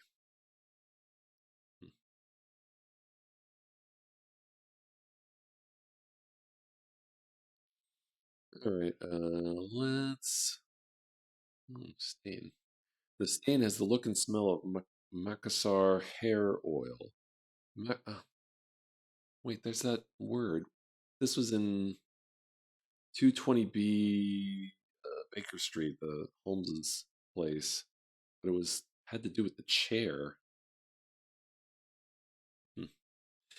There is spattering around the stain, indicative of a mild impact. A single black hair, 2 inches long, is caught in the oil. Okay. Is that relevant at all?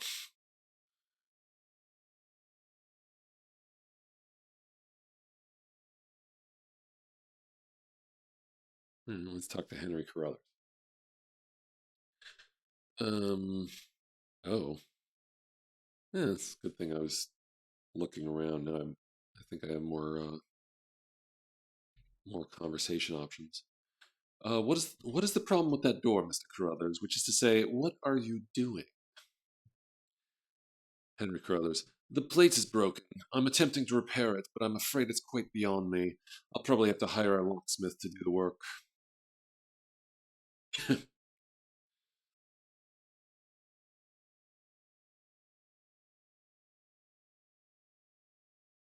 What happened to this door? Henry Carruthers. It's been forced, Mr. Holmes. Inspector Lestrade thinks it was the Ripper. He says the Ripper broke in here and dragged Sarah out into the alley to murder her. Do you think that's what happened, Mr. Holmes? I do not. I saw the intro movie. I know that's not what happened.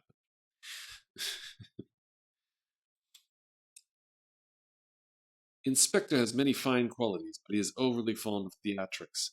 It is clear that the murderer did not attack Miss Carroway here in this room. Henry Carruthers. What is your evidence for that, Mr. Holmes? Flowers on the bureau? No, that doesn't work. The wardrobe is closed? I'll go with the hat. That makes the most sense to me. The location of the woman's hat. Henry Carruthers. Exactly what I thought, Mr. Holmes. She wouldn't have had her hat unless she was going out the back door. That means the Ripper must have broken in during the performance, and then went back outside to wait for her. I can't see that anything is missing, though. Excuse me.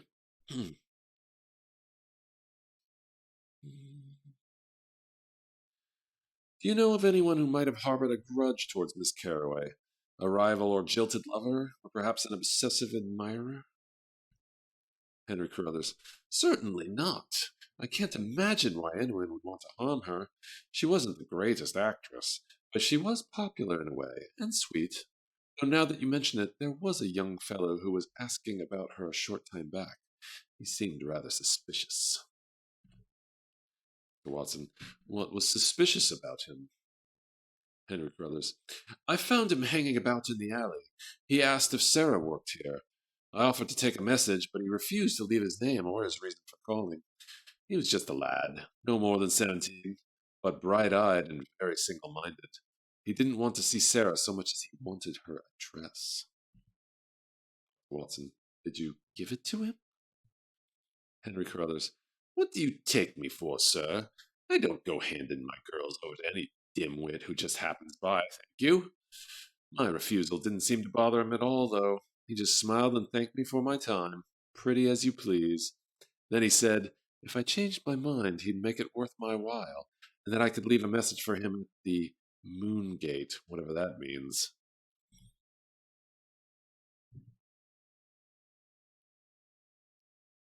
Have you recalled any details that might assist my investigation? Henry Crothers, I think I've told you everything I know.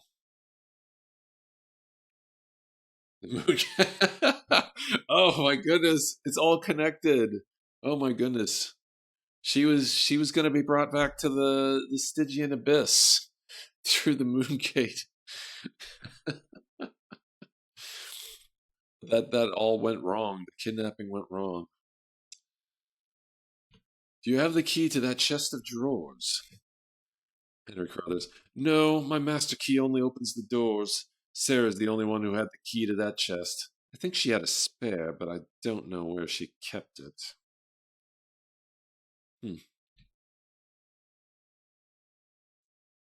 Alright, let's try opening the wardrobe.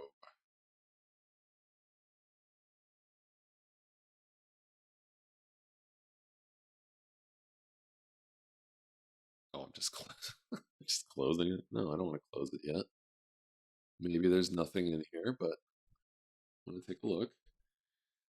It's funny, I say I'm not a member of the Ultimate Dragons, yet I keep referencing the games despite never playing them. Blame Doug the Eagle. It was a good reference. It was a good reference. Thank you for that one. The shelves have been ripped out and it contains costumes used by the theater company. The sleeves and pockets of several garments are turned inside out, and the overall condition of the clothing suggests that it is poorly maintained or that it has been ransacked. Let me just take all of her clothes now.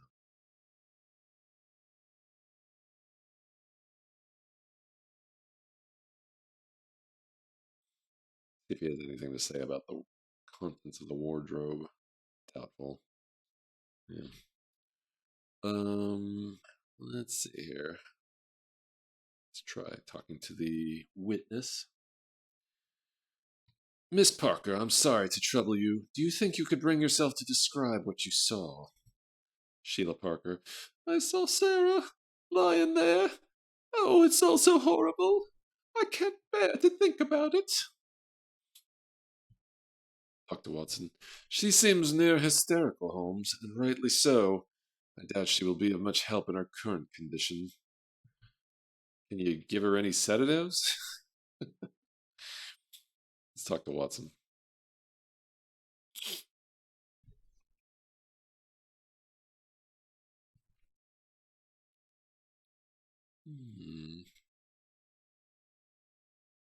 Yeah, he is going to ask about. He's going to ask about a sedative. Let's just chat a little bit first. This woman's distress appears to be genuine, Watson. As a professional observer, would you say her behavior is that of a person who has suffered a terrible shock? Watson. She is certainly within what I would call the credible emotional range of such a person. I believe her response to be authentic, though the woman is an actress, and you yourself, Holmes, have fooled me countless times with your own sham performances. Was that a compliment or an insult?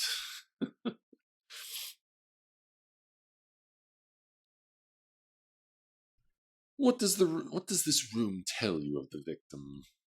Dr. Watson. The portraits of actors from the past suggest that she was comfortable and happy in her profession. Judging by the flowers and perfume, I'd say that she was more liked than despised. Seems fair. Seems like a fair observation.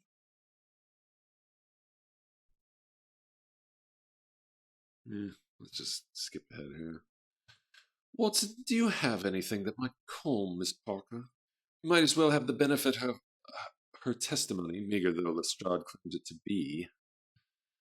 Watson. Yes, Holmes, I'm carrying a potent sedative. A small... What? That was quick.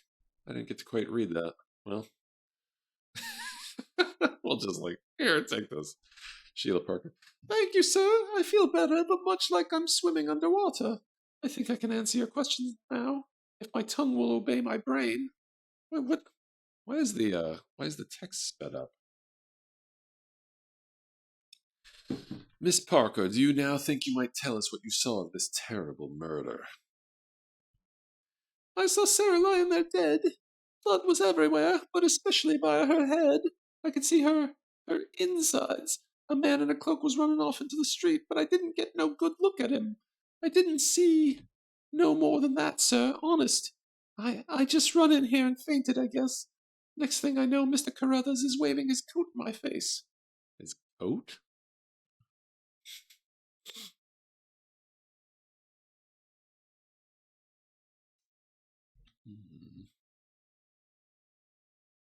Lots of questions for her. What was your relationship to Miss Carraway? I was her understudy. We were performing the play The Loves of Hattie Hill, and has the lead. Or Sarah has the lead. I played Beth the servant girl, but I understudy the lead in case. Oh, I can't bear to think about it. Well, she has profited from this murder. Very suspicious. Do you know any of her friends or relatives?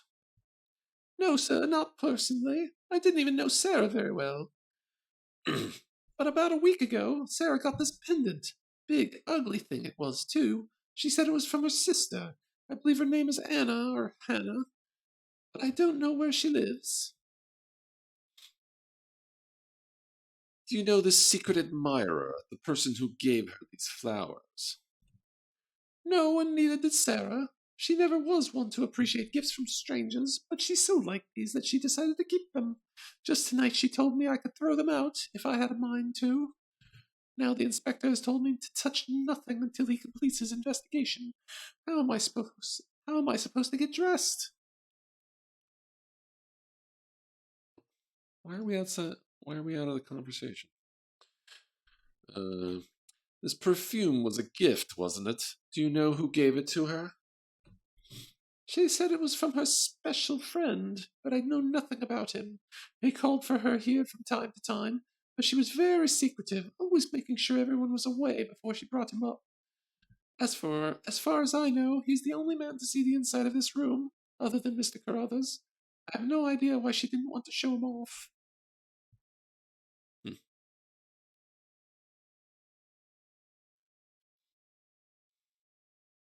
I found this playbill in the alleyway. Does this note written on the back mean anything to you? Let me see it. I wondered where that had got to.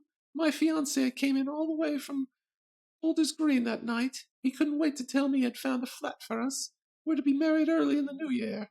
I'll be leaving the theater none too soon by the looks of it. She's the S. Okay. She's the actual. Well, how did that get out there then? Do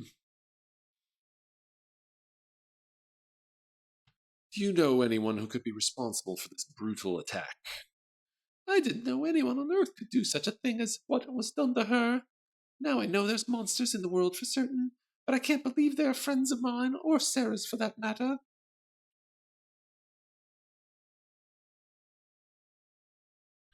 Keep expecting you to scream, I don't want spam in that voice. Maybe I will. Can you direct me to anyone who might help me learn more about Miss Carraway? No, sir, I'm sorry. Like I said, I didn't know her very well. She was very protective of her personal life. That's about it. Anything new from Mr. Carruthers? Nope. Okay, I guess that's about it.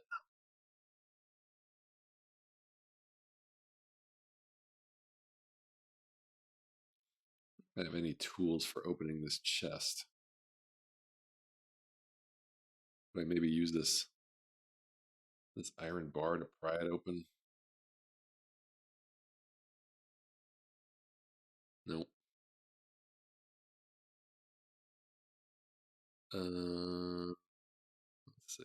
Anything else that might be useful? Maybe this spring? I don't know. Could a spring be used to Used as a lockpick or something? Yeah, I didn't think so.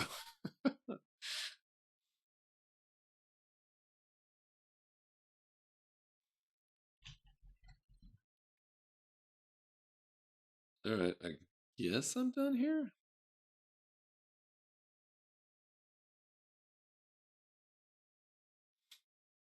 Henry Carruthers. I'm sorry, Mr. Holmes. The bolt is jammed in the lock. Until I can pry it loose or replace the spring mechanism, you won't be able to use the door. I'm stuck here? I guess this is a puzzle, probably. The door latch has been scratched and bent by what appears to have been a jemmy of poor quality. The scratches are shiny, so it's likely that the door has been forced open within the past 24 hours. Okay. So that was related. Or, I mean, I wasn't sure, you know, when we were talking about when this guy was thinking that the Ripper had broken in. I wasn't so sure about that, but I guess it's plausible. The door exits to the hallway that leads down the stairs and into the alley. Above the door on the jamb is a noteworthy stain. Actually, oh, I don't have the. Okay, right. I don't have the playbill anymore. That's good because that was kind of ruled out as being relevant. All right. Do I use the spring on the? No. What about the iron bar?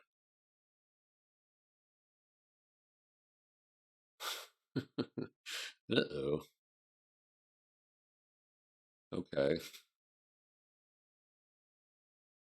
Huh. Okay, here's a puzzle then.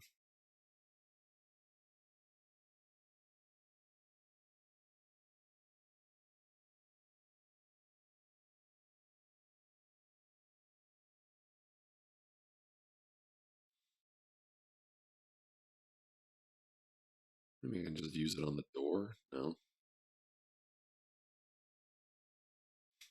Maybe I can use it on for others? No. Oh, maybe I can go out the window.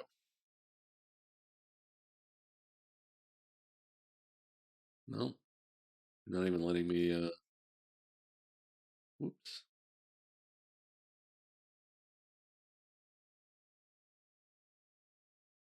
Did I miss anything in the wardrobe?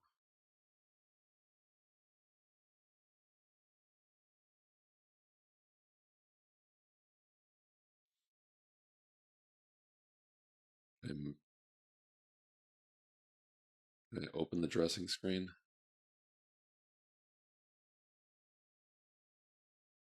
Can I pick up the dressing screen?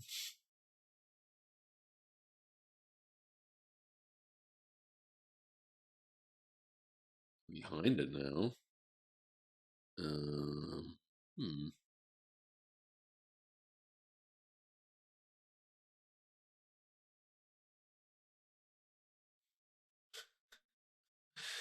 Man, I sure hope I don't get stuck on this puzzle. That'd be embarrassing. The first puzzle in the game. Okay, so what exactly does this guy need to do? Bolt is jammed in the lock. Or replace the, okay, maybe I just give him the spring.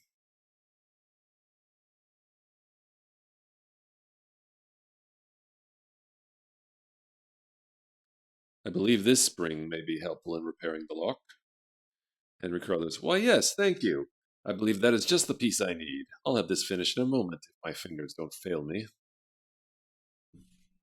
That's good.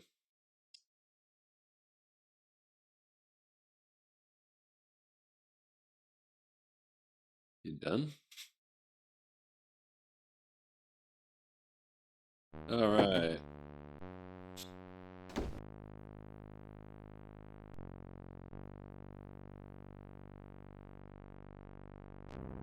No, nothing new here.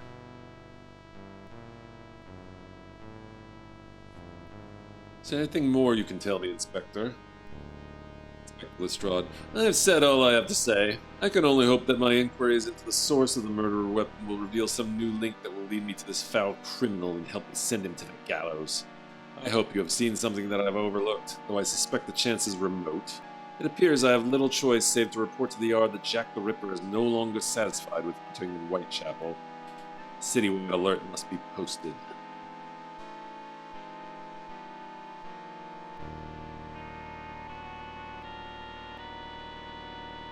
Give me a moment if you would, Holmes. I need to make a few notes for my journal. What? No. No. I'm the boss here.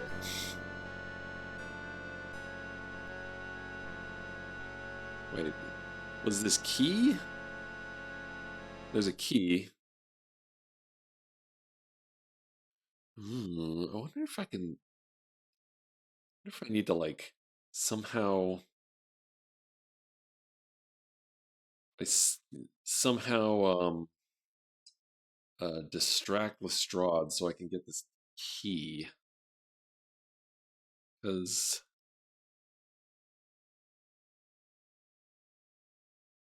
that drawer was locked.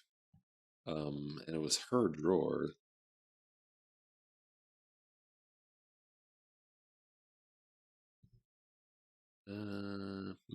Anything I can...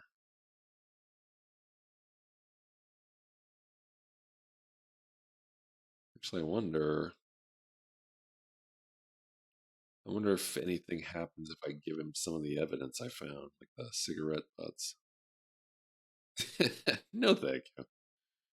What about this iron bar? No, thank you.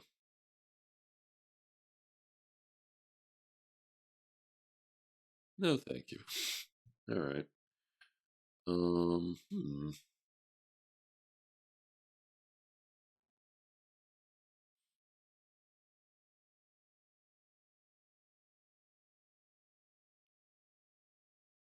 Well, this is like where I found the iron bar. I wonder if that was a stage prop. I want to get that key.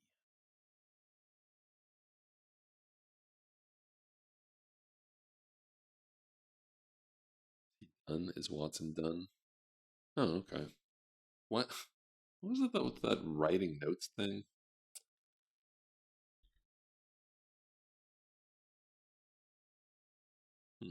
Right.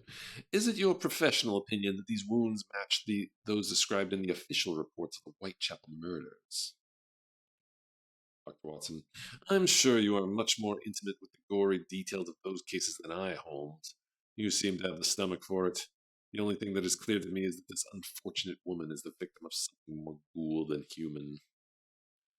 Don't be so certain, my friend. Mysterious and the monstrous are rarely the same thing.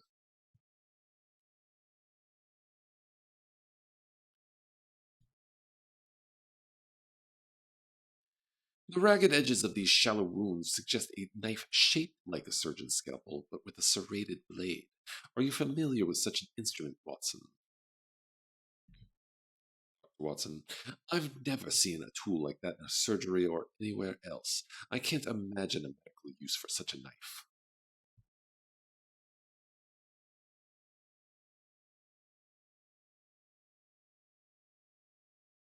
Eh?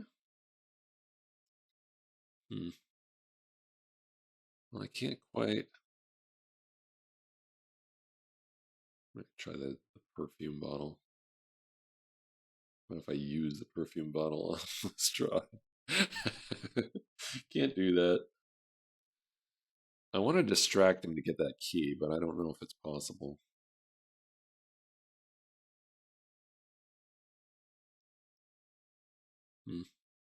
Well, maybe I can come back. I saved the game, so... Alright, what do we got? This is Baker Street. Sarah Caraway's flat.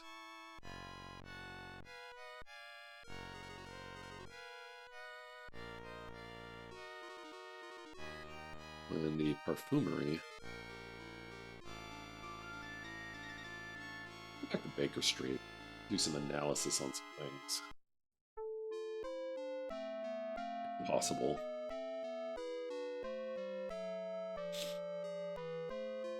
Actually, it should be possible. I should be able to do...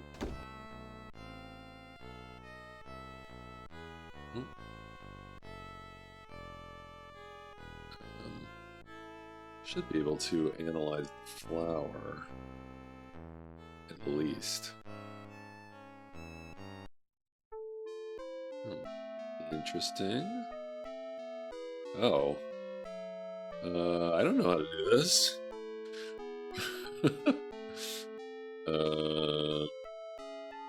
Is there a guide to this?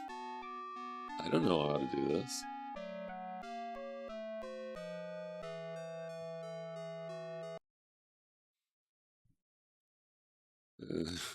Experiments. A packet of Swan Vesta, the safety match of choice to H.M. McKean.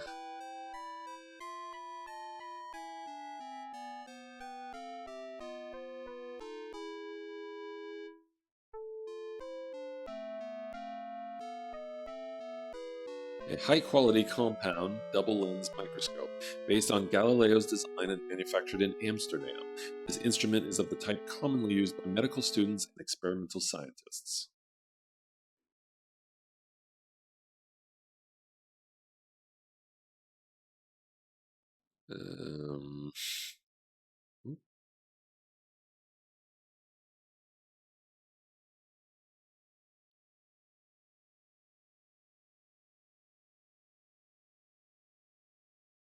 Use the match. Okay. Nice. Okay.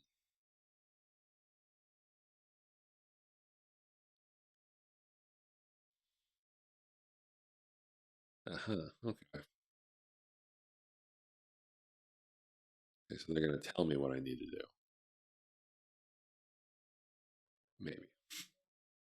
Determining cause of petal discoloration.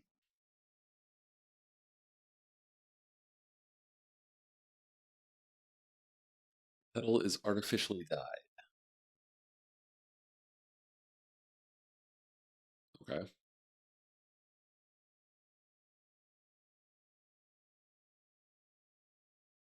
So...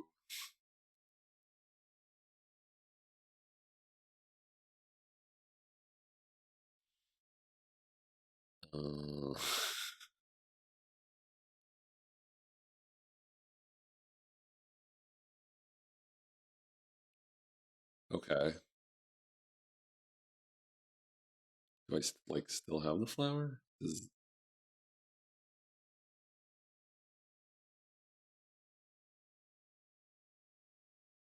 Hmm.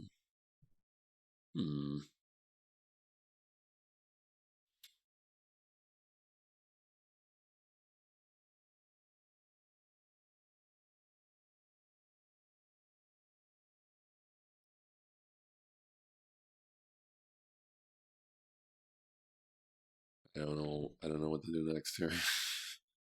I wonder if there's anything about this in the manual. One moment. I'm gonna take a look. See. Because I kind of skimmed the manual.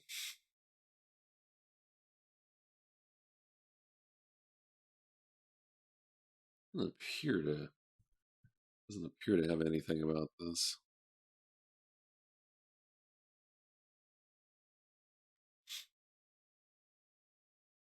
No. No, there's nothing about this.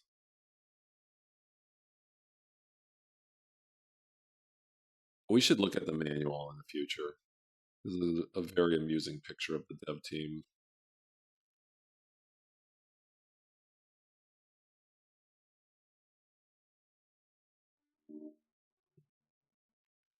Okay.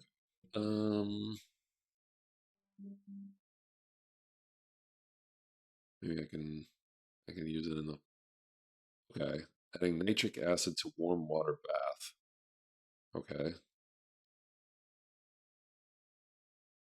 So he's just gonna do this automatically.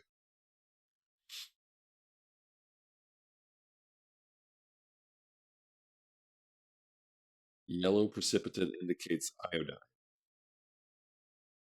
I use must have an iodine base.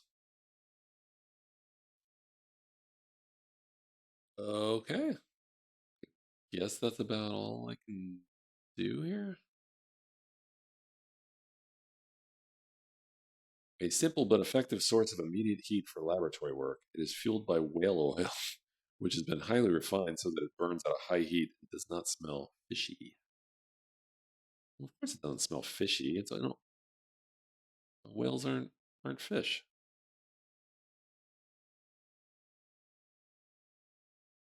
All right, I guess that's about it.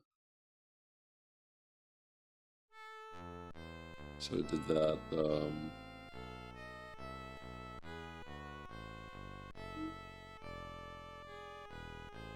Yeah. So, okay, that's in the journal. All right. Let's see. What else can we? I think we maybe could analyze the iron bar, possibly. No. About the cigarettes. No. Okay. Well. All right. Be on our way then.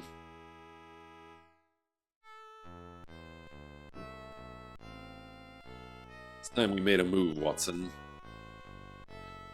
Watson, carry on, Holmes. I'll follow your lead.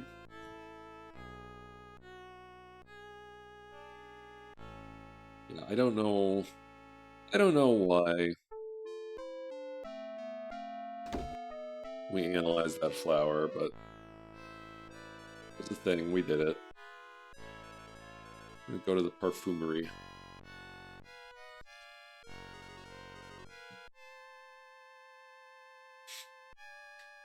Good day, gentlemen. My name is Bell. If you require any assistance, please do not hesitate to ask.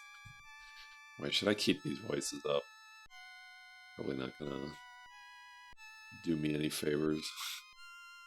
A comfortable and elegant straight-back chair intended for the languishing companion of the client currently being served by the dressmaker.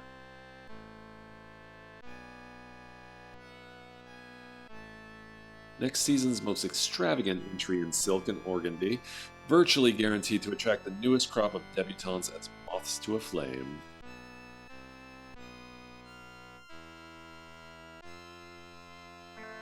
I could always set up the thing Doc has. Yeah, that's a thought. Probably be even dumber. Yeah, maybe.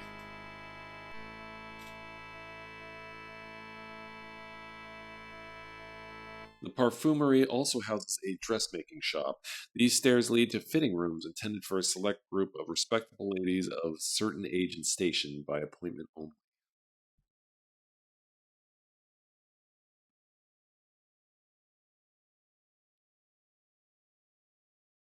Yeah. You know, I have no experience with using what is the word for that? Filters, is it? Or modifier, voice modifiers? Might be worth looking into. I don't know. Two of this season's woolen winter coats are on display. Fashion conscious may notice that this season's garments are not particularly distinguishable from last season's. Say it ain't so.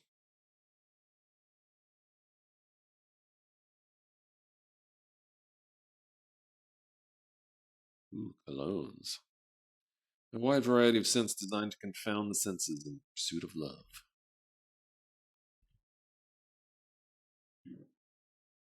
Pea green bottles contain an earthy, musk-accented scent, much favored by ladies of uncertain virtue in East London. Oh my. A strictly DIY, a bunch of instances of plugins string together in a long chain. Okay. 20 stages long. Okay. I know you don't half-ass anything.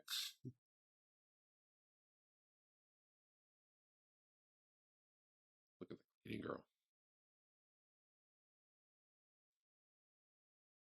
plainly handsome girl is sweeping the floor. She sneaks furtive glances at her employer, Belle. Her fearful demeanor is strongly reminiscent of an abused domestic servant. Hmm.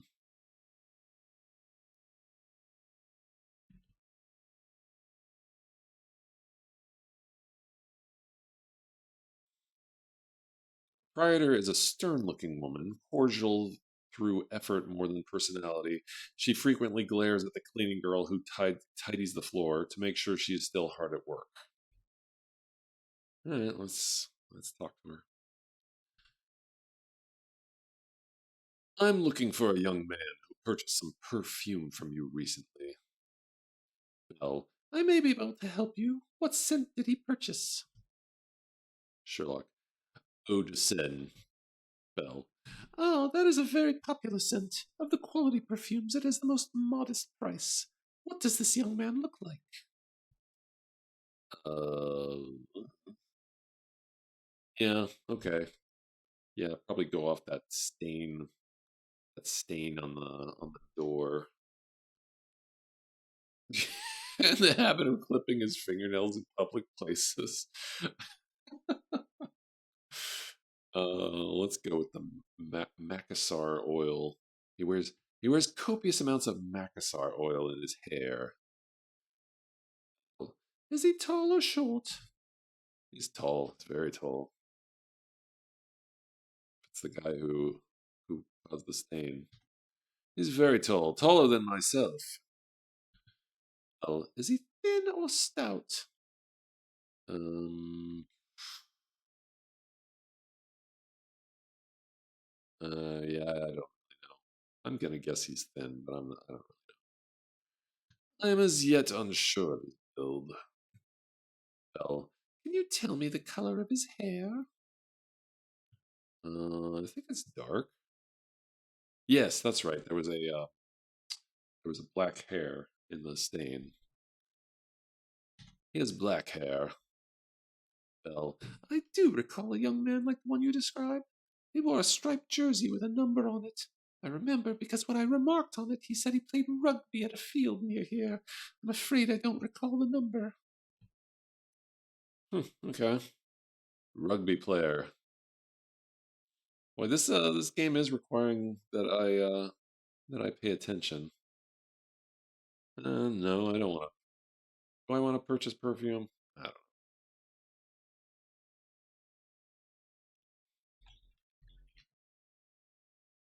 Let's try purchasing some perfume. I would like to purchase some perfume. Belle. Very good, sir. Do you have a scent in mind? I was hoping you would make a recommendation. Belle. For you, sir, I recommend Croix de Vie. It is subtle and elegant, and any woman of sophistication would be most appreciative of the investment, if I may be so bold. Would you like to purchase a bottle? I wish to think about it. I'll let you know my decision. Belle. Very good, sir. When you've decided, I'll be happy to accommodate you. Let's talk to the cleaning girl.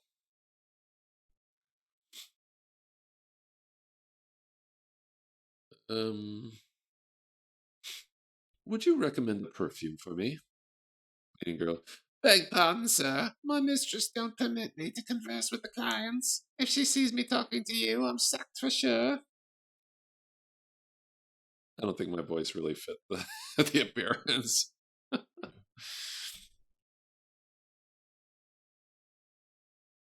I'm looking for a certain young man who purchased perfume from this shop recently.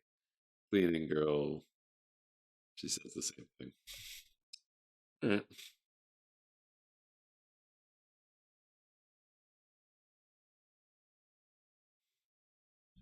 Some perfume. Yes, I know the name. And what is the name?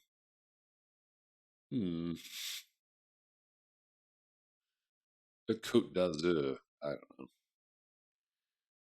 Oh, I don't have any Le Coq d'Azur here in the front. Let me go to the back and get some from my stock. I'll be back in a moment.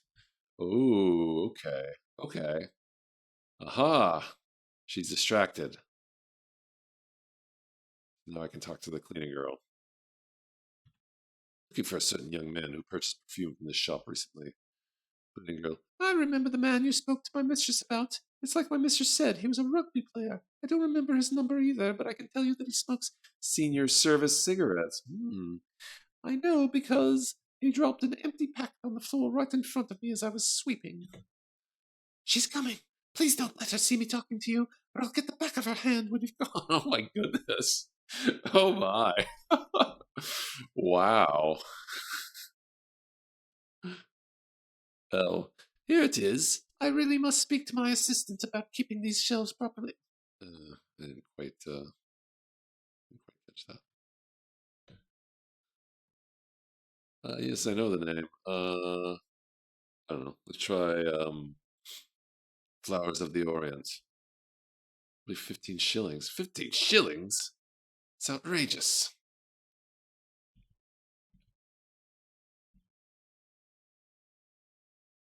Lamore. Oh my goodness. I'm spending all of Holmes's money.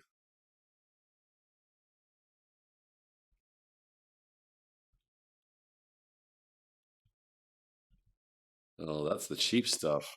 Eau de Seine is the cheap stuff. Do I actually have this stuff? Oh my goodness, I do.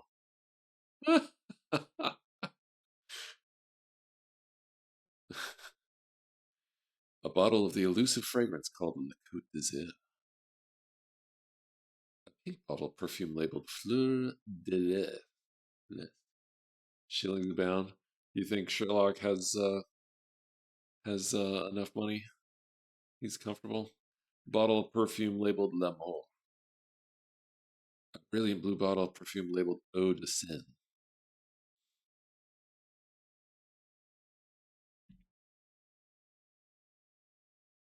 Oops. A friend who's French, well, French Canadian. Yeah. Yeah, all these perfume names are in French. Let's try the Pois de Vie. Pois de Vie. That'll be £2, 3 shillings. Please come again. The same cutie who's been data mining things for you. Okay. Can I distract her again? With Côte d'Azur? Alright. Now that she's gone, let's see if the cleaning girl has any perfume recommendations. Do you recommend a perfume for me? I'm sure my mistress would be more help to you, sir. Here she's coming back. Please don't let her see us. Alright. It is. I really must speak to my assistant about keeping these shelves properly stocked. Do I now have 2 bottles of Côte d'Azur? No. Alright, I've got all the perfumes. A nasty green bottle of perfume labeled Pois de Vie. It's nasty? The expensive stuff is a nasty bottle? I wonder if this is going to prove to be a bad decision. Spending all my money on perfume.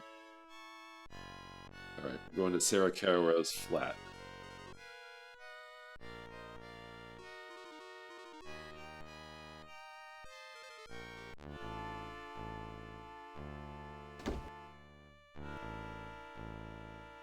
Still shitty that one of the games Mac played has seemingly corrupted music. Either that, or someone was massively incompetent with using a tracker. That's too bad. Oh, I should have asked what Watson thought about the perfumery.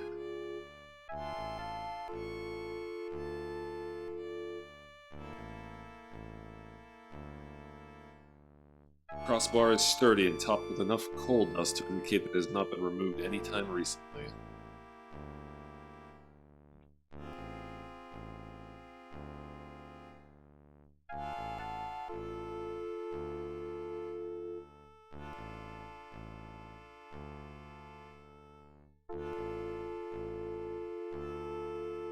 A serviceable typical China teapot. 100 just like it are sold every day in Wapping.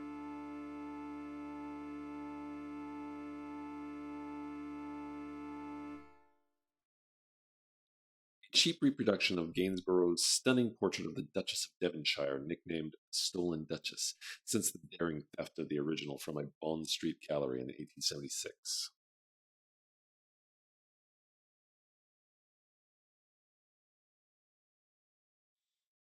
Okay, not sure how any of that's relevant. A standard two-drawer dresser filled with cheap cotton underclothes, stockings, and jumpers.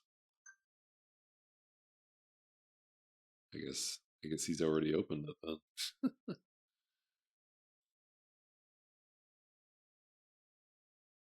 A capacious wicker basket of the type manufactured in Singapore and sold in nearly every street market in the metropolis.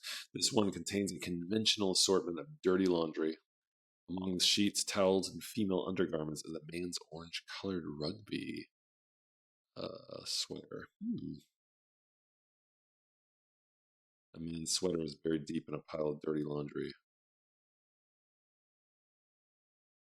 Take that.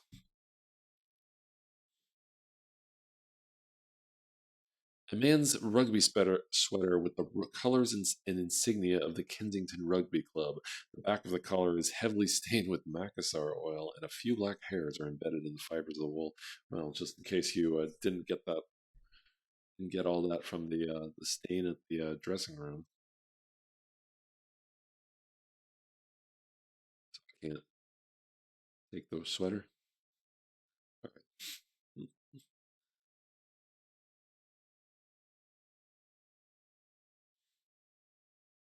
Bookshelf. Ooh, she's got a bookshelf. The simple wooden shelf holds a half-dozen assorted two-penny novels and the Holy Bible. The shelf area is messy. Books are open. Spines on one or two titles are broken.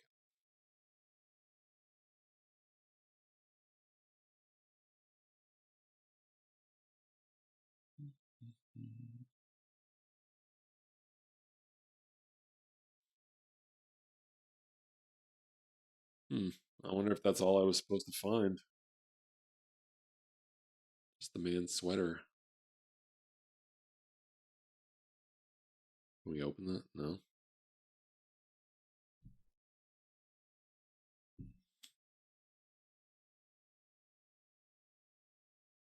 This is an old and shapeless classic Brawley, which has clearly survived a number of seasons.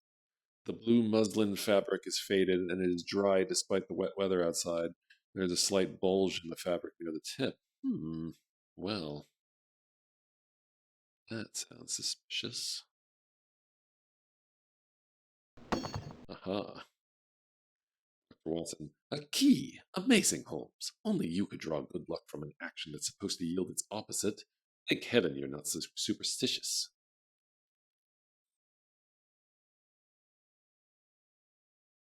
A tiny brass key. It is too small for most door locks, and most likely opens something smaller, like a drawer or a jewelry box.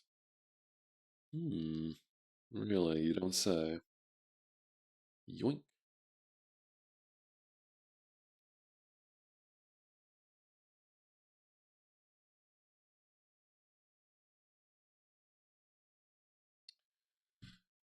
A rather humble room, Watson. What does this suggest to you? Dr. Watson. It suggests that acting is not a lucrative profession, Holmes. If you wanted to conceal something of value or importance in this room, Watson, where would you put it? Dr. Watson.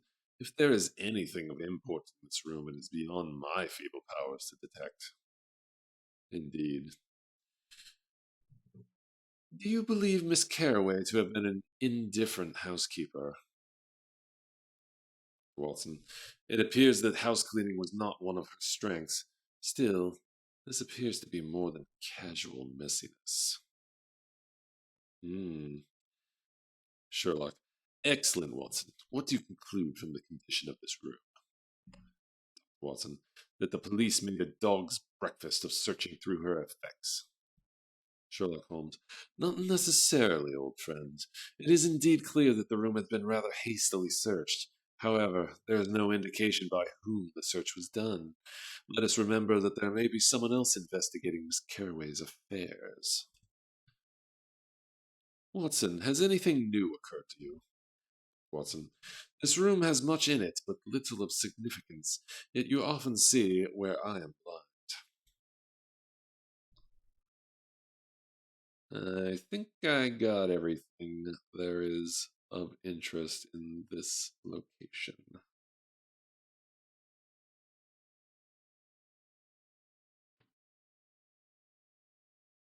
What was the game? Was it were you upset because it was good music and you can't like get it, or the music was just like Armored Moon? Not familiar.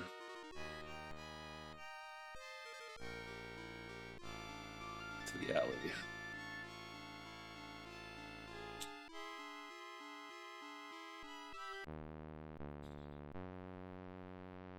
Mr. Watson. Scotland Yard has been uncharacteristically efficient, Holmes. It appears that they've already moved the body to the morgue.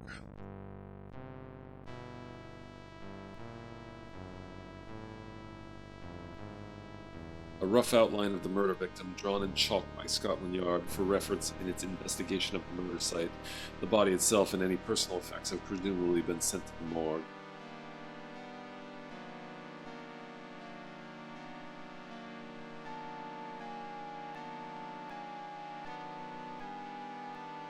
Among the suggestions to Doc?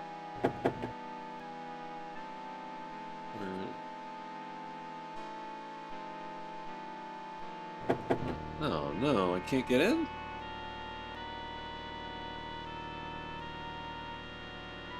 Huh. I didn't catch that part. I must have already been, must have already gone to bed. That, suggestion. I'm guessing this is not gonna work, but I'll try it. Yeah, alright. Huh. Guess I have to come back later. Gonna go to the morgue? Man. Let's try the rugby people though.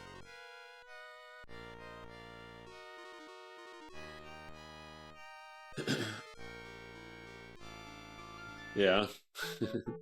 Yeah.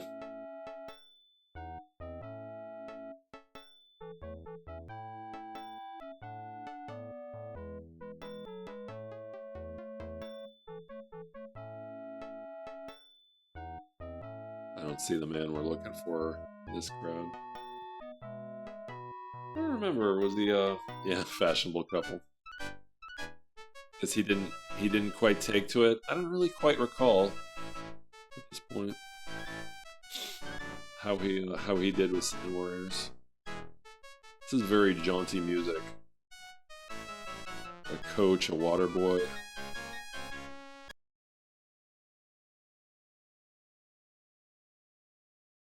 No, wait, no, I don't want to.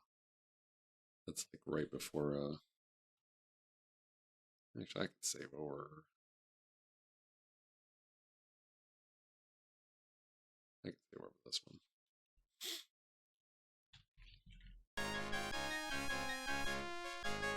Let's talk to the fashionable. Handsome young couple evaluates the talent of this year's crop of hopeful ruggers trying to make the Kensington Club. We talk to them? Nope. Aww.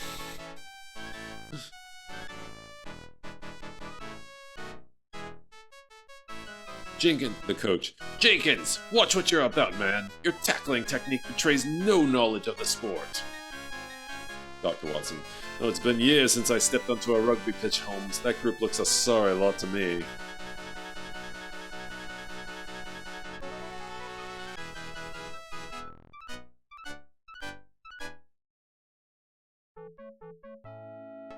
A hulking backfield player covered with dirt and grass stains bleeds profusely from his nose and mouth. He appears to have been recently separated from his two front teeth. Ooh. And his nose is grotesquely situated on one side of his face. That doesn't sound fun. In addition to ladling water for parched players, the lad is probably the team's dog's body, and possibly even a mascot of sorts. Dog's body? I'm not familiar with these Old-fashioned words. He often glances admiringly at the Ruggers and seems a happy boy. That's good.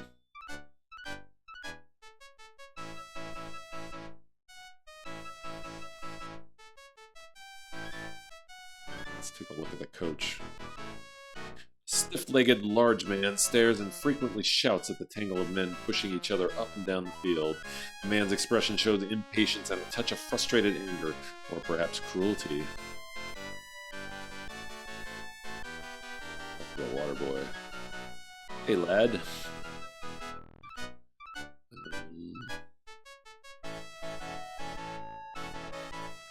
Here, boy, have you ever seen a young woman named Sarah Caraway watching the practices? I don't think I've ever heard the name, but then my duties keep me very busy, and the players don't talk to me much.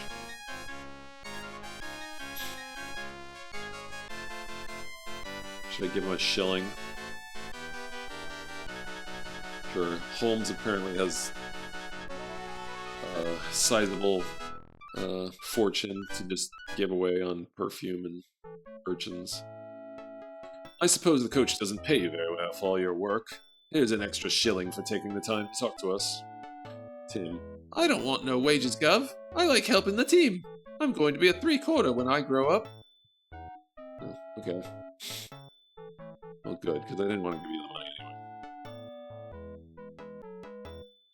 Excuse me, young man.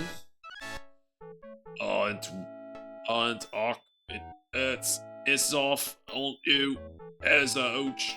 See him. It's off, huh? I can't imagine what he means by that. Alright. I'm sure the coach will also in a fine mood to talk to us.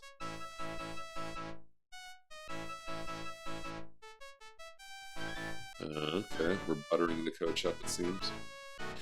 Your current club appears to have excellent athletic skills. I suspect that your guidance will shape them up sharply into a good team. The coach. Not with you hanging over my shoulder. I've got 15 blokes what don't know their left foot from their right. Okay. What a talented group of muscular lads. The makings of a fine team if I'm any judge. Coach. If you knew anything about rugger, Gov, you'd know that size don't signify. Give me midgets with heart and a knowledge of the game and we'd hold our own. I've got over 30 shirkers scattered over this field. With you pestering me, I'll never beat them into shape. Okay, this is going well.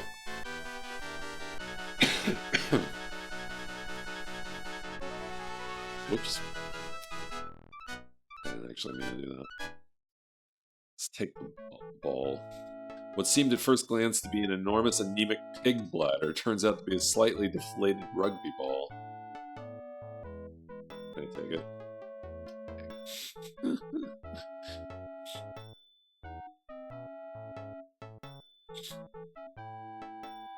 Do you know anything about this sport, Watson? Dr. Watson. In my younger days, I had modest success and a wonderful time playing with the Blackheath Football Club. It's difficult to tell whether or not these lads are enjoying themselves. Do you see anything of import, Watson? Dr. Watson. Not a thing, though my powers of detection are pathetically meager when compared to yours.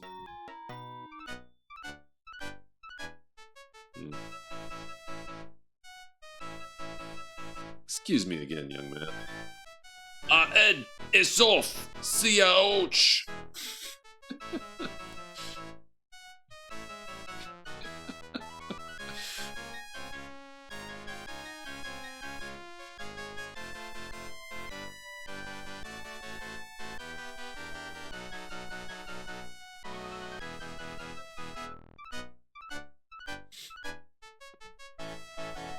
I need to speak with one of your players. Coach, when they've left off practicing, you can speak with any of them for as long as you like. If you want to watch, stand with those people over there and stay out of the way. I don't want to watch. I'm sorry to interrupt, but I'm assisting the police in the investigation of a serious crime. I must speak with a member of your team. Coach. Assisting, eh? I didn't know the coppers needed any assistance. You're meddling, more like. Now stop meddling with me and my team. We've got work to do. Dr. Watson. This is Mr. Sherlock Holmes, the world's greatest consulting detective, working with Inspector Lestrade of Scotland Yard. Coach. Enough! I can see you will not leave me alone until I've satisfied you. Name your man and I'll call him out. I don't know the man's name. Coach. Don't know his name? Off with you both. If you can give me a name, I'll deliver your man, but until then, stop wasting my time. Surely the water boy must. But I have a description. I should be able to talk to the water boy with the description I have.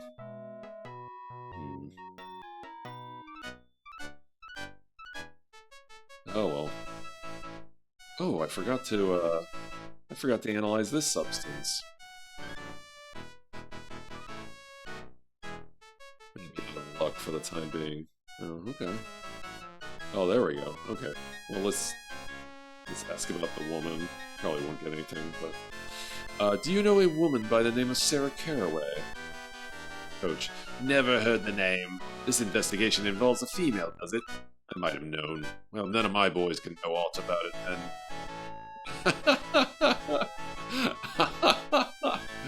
Is he saying none of his players would have success with ladies? Is that what he's saying? I still don't know the man's name, but I can describe him. Coach, you're trying my patience, Mr. Holmes. Ask my boys what happens when I run out of patience. Give me a name and I'll help you, otherwise, take off. Alright, I guess I'm gonna have to get a name. Maybe Watson can help somehow.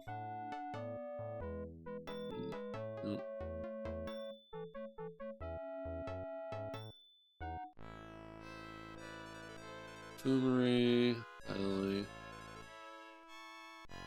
Maybe like the newspaper guy knows something about rugby.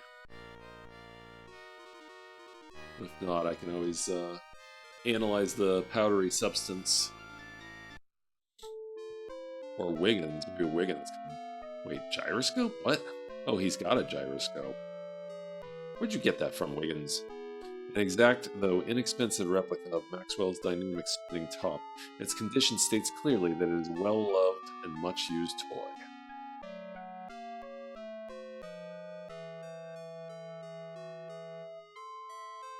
Let me try and steal his gyroscope. Nope. Couldn't do it.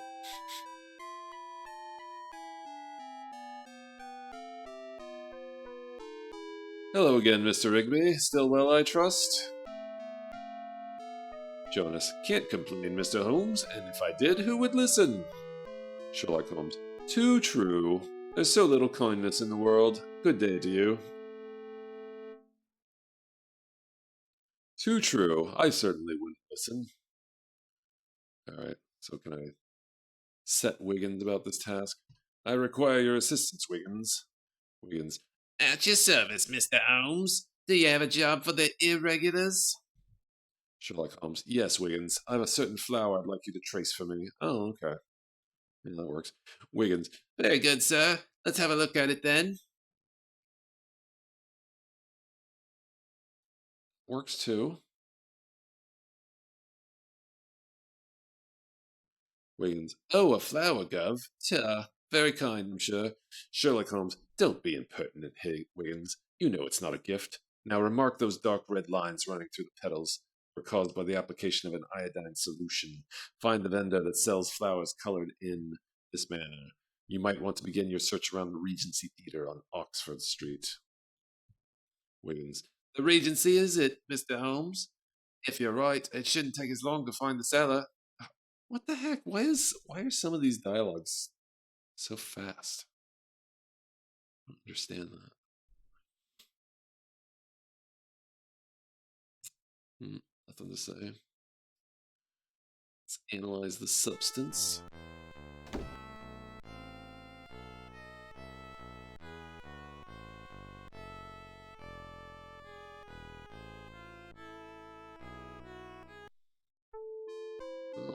completely different. Alright.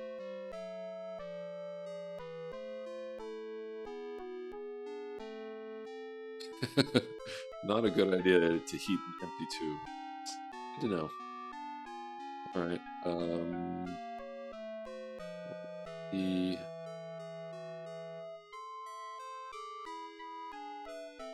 Put it in the tube. Adding sulfuric acid to the test tube. It's a good thing Holmes knows all about doing this, because I certainly don't. Wait, what about the residue? Did you put the residue in there? Okay. Okay. We use the matches.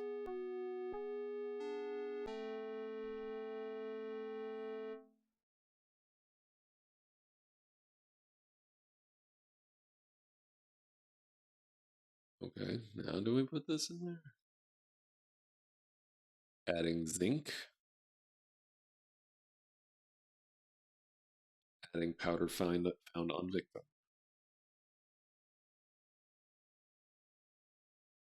A black mirrored surface forms. This indicates the presence of arsenic. We poisoned his blade. Okay.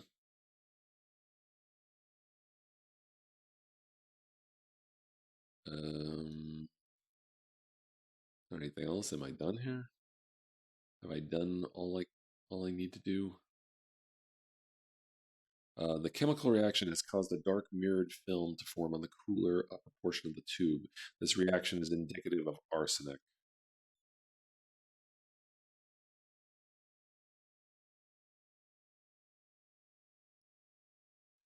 A simple but effective source of immediate heat for laboratory work. It is fueled by whale oil, which... Right, we already talked about that. I guess that's all I was looking for.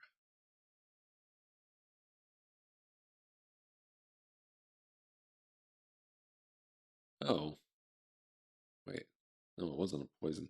I have to look at the journal to kind of get the real idea here. Holmes performed a thorough analysis of the white powdery substance found on the victim's body. His findings revealed that in addition to common soap, salt of tartar, and camphor, trace amounts of highly toxic arsenic was present in the compound. He concluded that the combination of these substances was indicative of Bicor's arsenical soap, a common preservative. Man, what were they doing back then in Victorian times?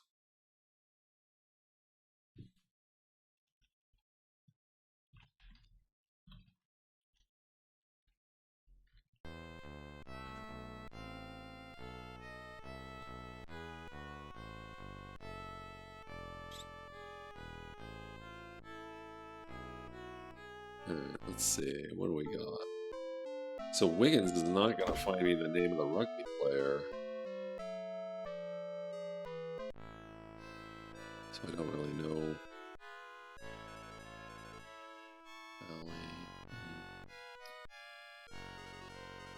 There's the morgue. Marie.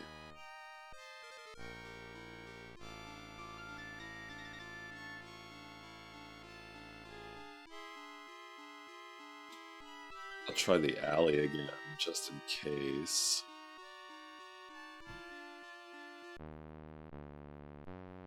I don't have high hopes. I probably need to, like, Lestrade to, like, sign off on searching the room again or something. Alright, we'll try the morgue.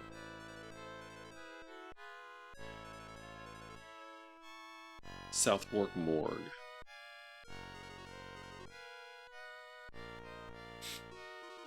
What a trip.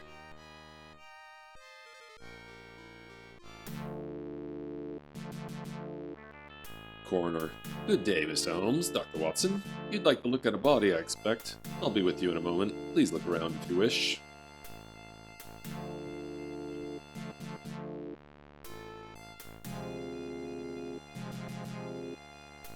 A tray of the medical examiner's tools. Scalpels, clamps, needles, and sutures.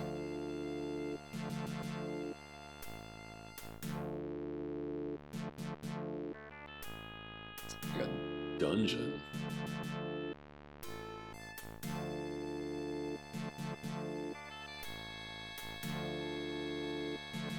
Inspector Gregson. Let's see if he has anything to say. Inspector Gregson. Oh, it's you, Holmes. Hello, Inspector. Inspector Gregson. Yes, Holmes, what can I do for you? What can you do for me? Nothing, apparently.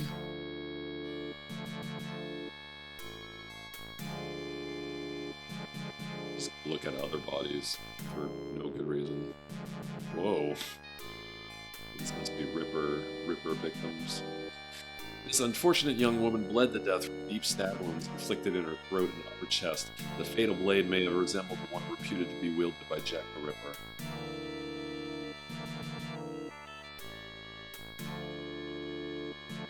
Gruesome.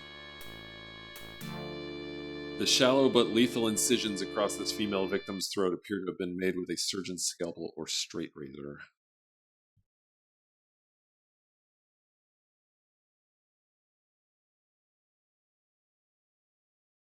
Even concealed by a sheet, poor Sarah's body is a shambles.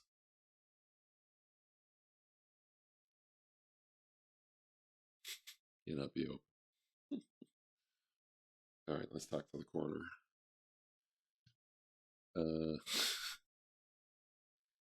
Has Miss Sarah Carraway's body arrived here yet? Yes. The coroner. Yes, I was just filling out some of the paperwork. Sherlock Holmes. May I see the personal items that Inspector Lestrade sent with the body?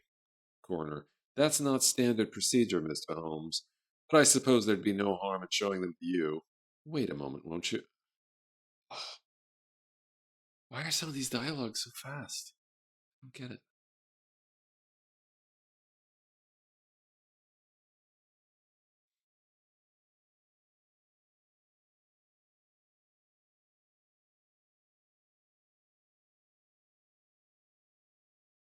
Mm-hmm. Okay. Small compact tin of Morley's number 8 facial talc with a cotton wool applicator. A large iron key of the type usually associated with the locks of iron gates or sturdy external doors. Possibly the door to the dressing room. A delicate gold chain to which is attached a semi-precious violet stone. It appears to be an amethyst and perhaps indicates that the victim was born between January 20th and February 18th.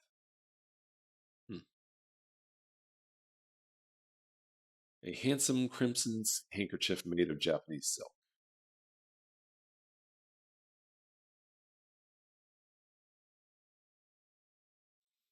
They take any of this? Let's just start take stuff. The coroner. I'm sorry, Mr. Holmes, but I can't allow you to take anything without proper authorization. Okay. Well, let's talk. Have you learned anything more of the circumstances surrounding Miss Carraway's death? The coroner. Not really, Mr. Holmes. I did discover a trace quantity of a curious powdery substance on her coat. It doesn't look like cosmetic powder. My laboratory assistant won't be in until tomorrow, so it hasn't been analyzed. Would you like to see a sample of it? Indeed, I would. I kind of already have a sample of it. Oh yes, this looks to be just like the specimen I removed from the body at the murder scene. My analysis showed it to be some sort of arsenic compound mixed with soap. The coroner. That's a peculiar combination. I can tell you that arsenic had nothing to do with the cause of death. Sherlock Holmes. Thank you, Doctor.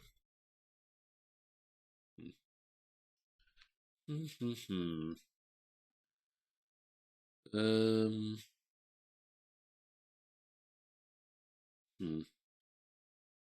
Well, if I can't swipe some of this stuff,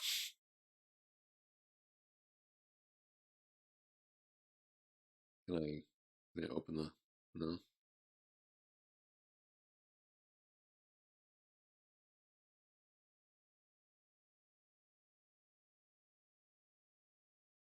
All right.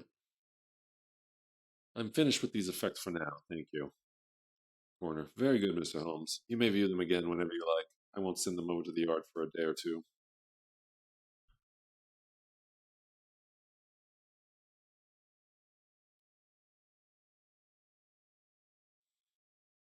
Oh, it's you, Inspector Gregson. Oh, it's you, Holmes.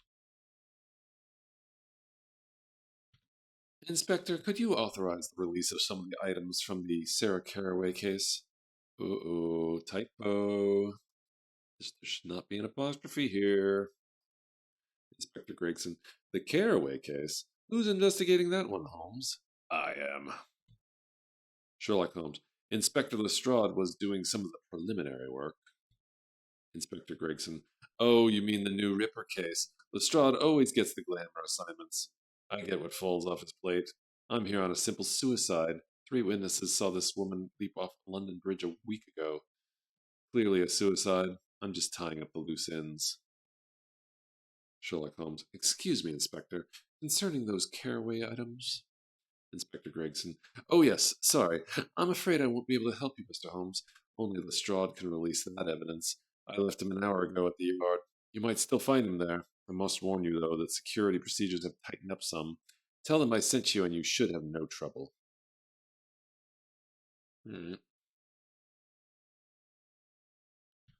Thanks, Gregson.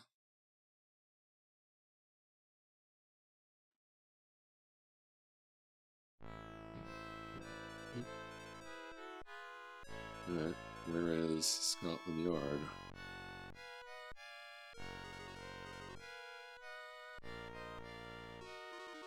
Ah, there it is.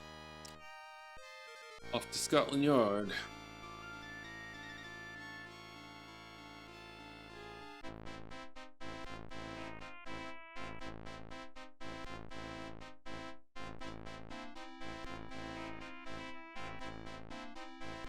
Maybe should have gotten Watson's thoughts on the case. Oh well. Behind these walls are the headquarters of the Criminal Investigation Department of London's Metropolitan Police, popularly known as Scotland Yard. Here work some, but not all, of the best criminal investigators in the world.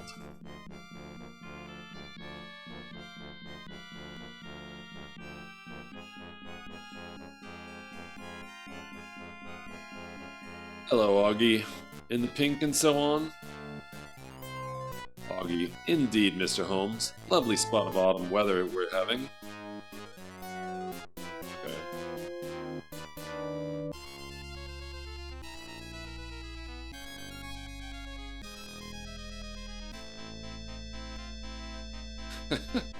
Does it not seem to you, Watson, that English municipal architecture is one of the most depressing art forms known to man?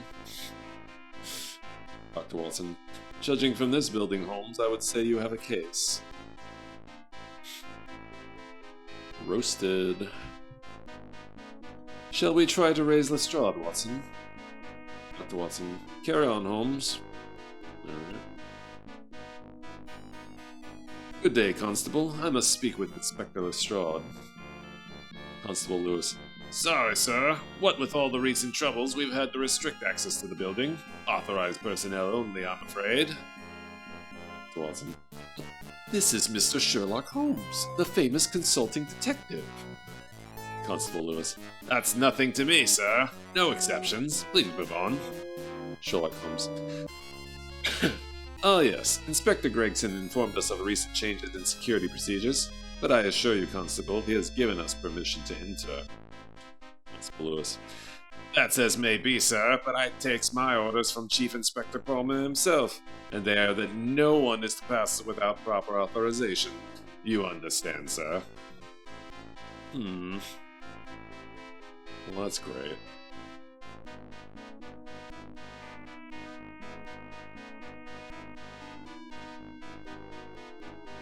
Hello, Augie. My compliments to you. Augie. Very kind, Mr. Holmes.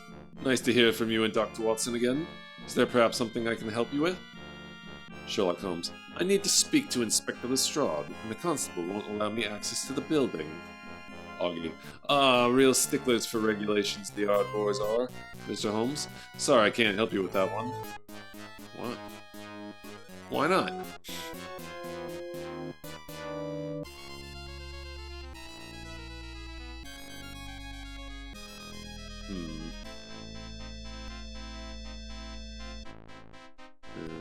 Okay.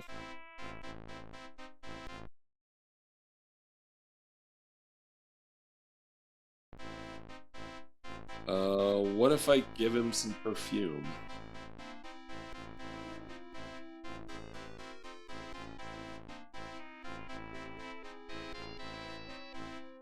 Oh, cool. Yep. Elsa's results.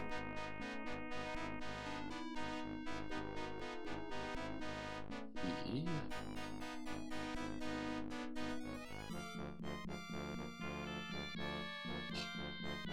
Still don't know what this iron bar is for at all.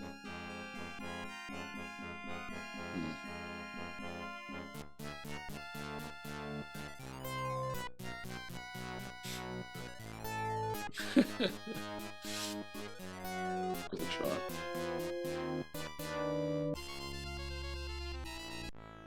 Okay. Let's see. Where do we... What are our options?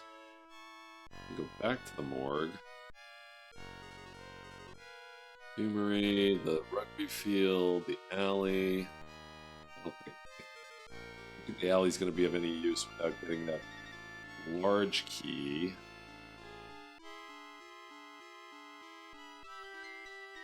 I think I probably found everything there is to find at Caraway's flat. I need a name for the rugby player. Maybe I can do something back at Baker Street.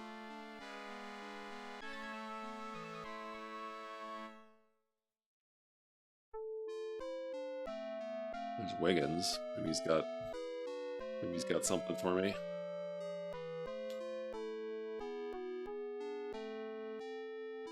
Have you located the source of the flowers, Wiggins?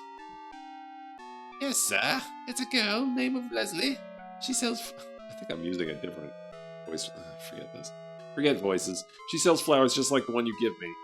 She has a nice cart set up in Covent Garden just outside a pub. Okay. Well, we've got a lead now. Sherlock Holmes. Well done, my boy. Here's your payment, and a bonus for the lad who tracked her down.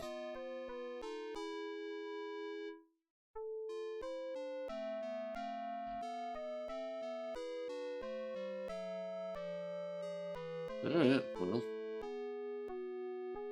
That's something to work with. Maybe this is how I find the name of the rugby player.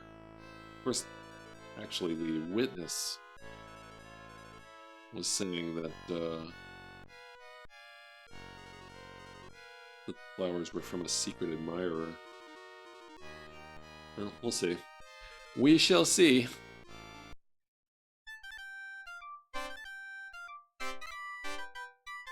Wait a second. The Moongate Pub. Ooh.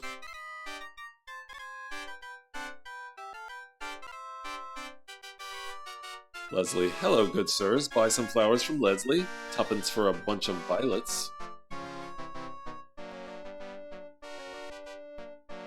Sign says, Psychic Readings by Madame Rosa. Okay, I know where I'm going. This passage presumably leads to the palms referred to on the sign above the passage. I can't go there? Oh, man.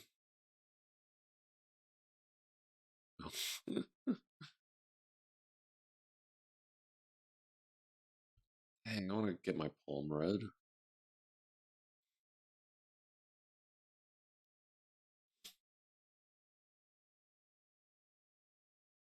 This friendly child is busy marketing her wares, occasionally calling out her litany of violets, daisies, and poppies.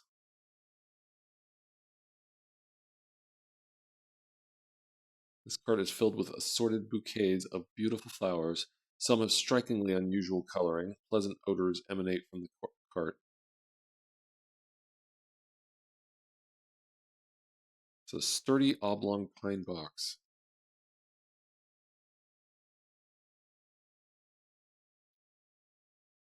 Bung.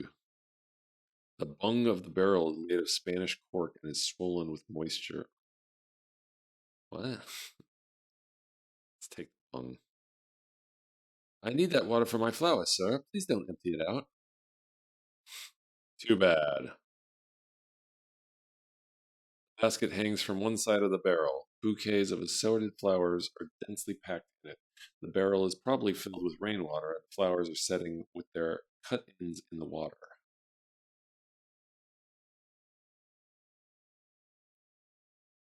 Okay, let's talk to the girl.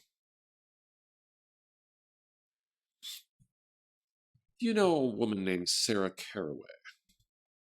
Leslie. No, sir, I don't. Would you like to buy some daisies for her? Or maybe your friend here would. A very lovely array of blossoms you have here, young lady. Leslie. Why, thank you, sir. Might you be interested in a bouquet or two for someone special? Sherlock Holmes. Watson, isn't Mrs. Hudson rather fond of violets? Watson. Well, yes, she is, Holmes. Sherlock Holmes. Young lady, here's half a crown for a dozen of those lovely violets. Leslie. That's most irregular, sir. They are but twopence. Sherlock Holmes. I would be pleased if you would keep the difference in exchange for your time in the answering of a few simple questions. Leslie. My pleasure, kind sir. Boy, Holmes really does have money to just throw around, apparently. I'm looking for a man who bought some pink carnations from you in the past 2 or 3 days. Leslie. I don't have many carnations now, sir, but a couple of days ago I had plenty. What did this man look like? An unusual odor about him.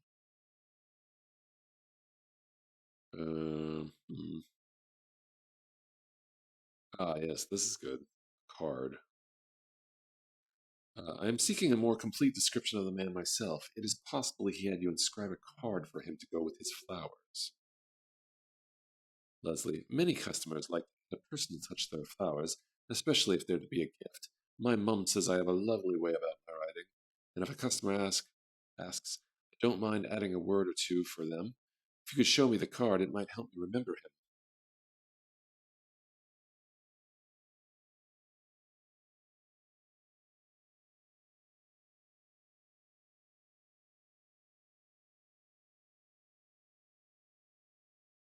Is this the card you wrote for a man who bought flowers here recently? Leslie. Why, yes, sir, it is. I remember the man now. He seemed nice enough, so when he asked me to write a special note to his lady friend, I was glad to help. But no sooner had I finished and handed it back to him than he started in asking me to come have a drink with him in the pub there. I told him no at least a dozen times. When he finally gave up, he told me to come around and see him when I changed my mind. Like I ever would. To Watson. Where did he say you could find him? Leslie. You know, that's a funny thing. It seemed like he was about to, and then he thought better of it. He just looked disgusted and turned to leave. Then, to make things worse, he tossed his cigarette into my barrel. The one I used for my flowers. Dr. Watson. Did he say anything else? Leslie. Nothing a respectable girl would repeat, sir. After he tossed his cigarette into my water barrel, he looked at his sleeve and cursed something terrible. I never heard such words before. He looked around my barrel, cursed again, and then stomped off down the street. If you have business with this man, you're welcome to it. Please don't say anything to him to make him come back here. Hello, Leslie. How is business? Leslie. Well enough, sir. Please come back if you ever want flowers. I think I might be buying all her flowers very shortly. Because I need to get in that barrel. Pick up the flowers.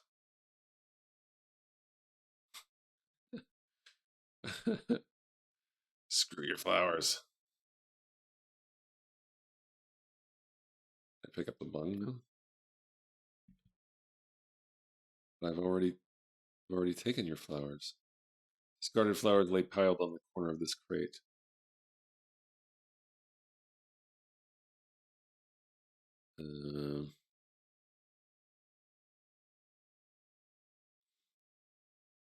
See, I took this wire basket.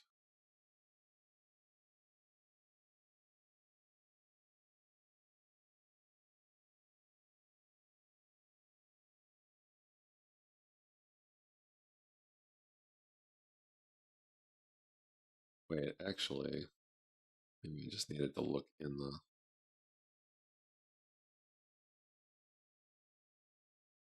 I'm looking for that cigarette.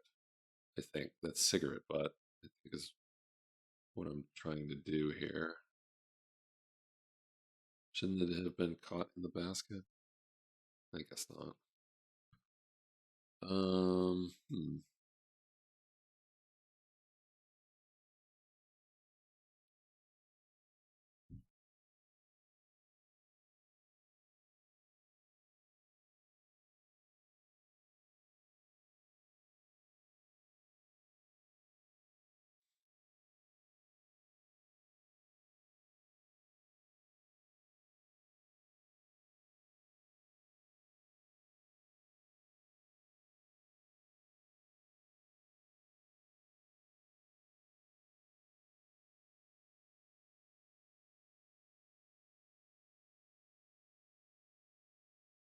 Okay. I need...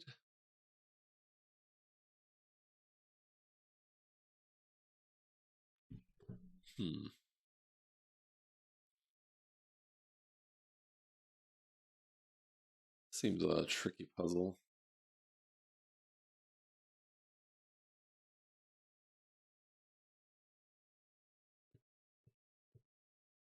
Maybe I don't have everything I need for this.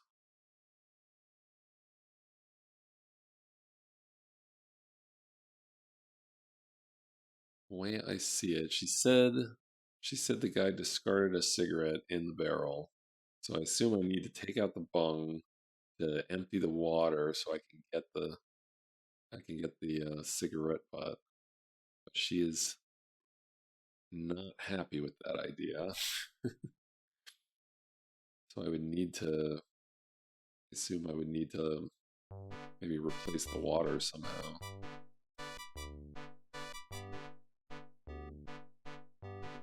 Where is Watson going? Watson's already ordering a drink.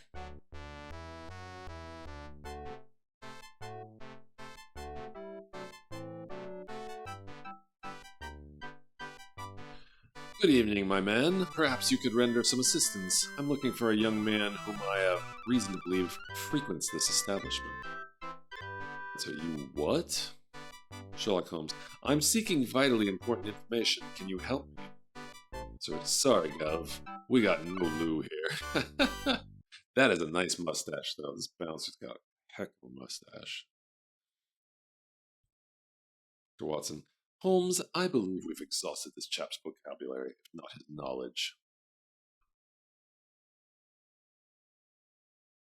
Good evening, sir. Have you seen anything unusual lately? Sir, I seen Bill Talbot sober and taking a beer with his wife. Okay. Let's talk to the shouting drunk.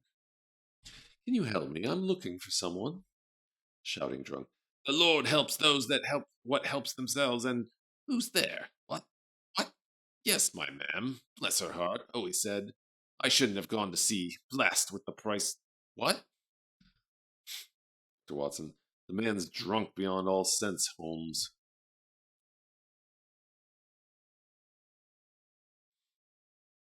Game of darts.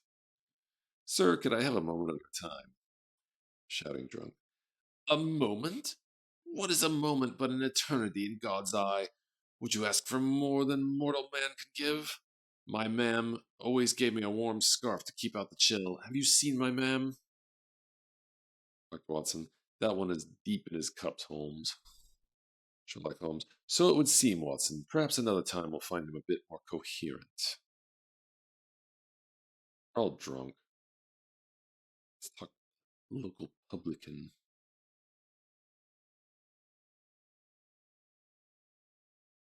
All reliable, widowmaker, never say when, and several other gins of questionable provenance and dubious quality are displayed beside some very modestly priced scotch.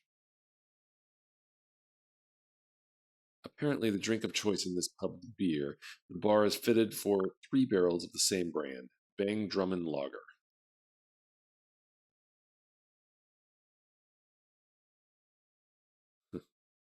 The soldier in the picture is a youthful version of the landlord himself, wearing a ribbon indicating he is in his first year of service in India. In the picture, 9 March 1865, the soldier wears the uniform and regimental insignia of the 1st Bangalore Fusiliers. They were known for their exceptionally long tours abroad, never less than 5 years, unless death or disgrace brought them back sooner.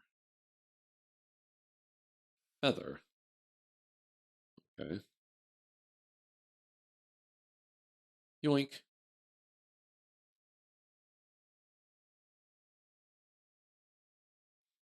Darts. A well-balanced feathered dart, the tip is slightly dulled with use. It is, however, still sharp enough to play with. Feathered darts attest to the amateur status of the patrons. More punctures adorn the wall and the support beam than the board.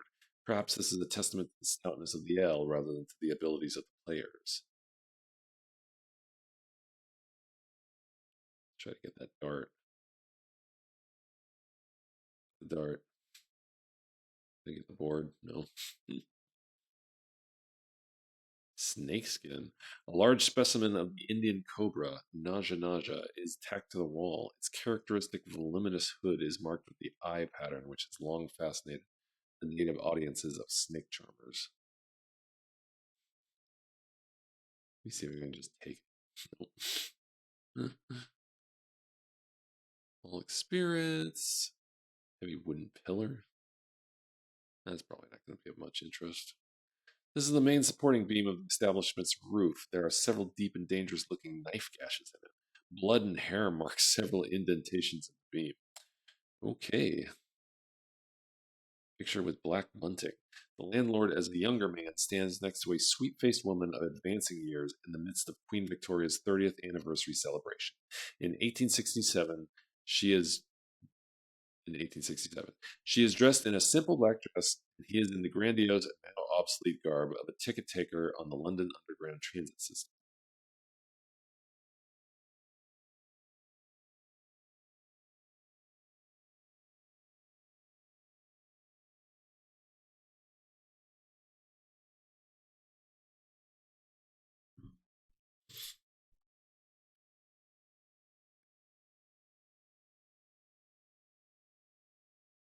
Whoops, I didn't mean to do that.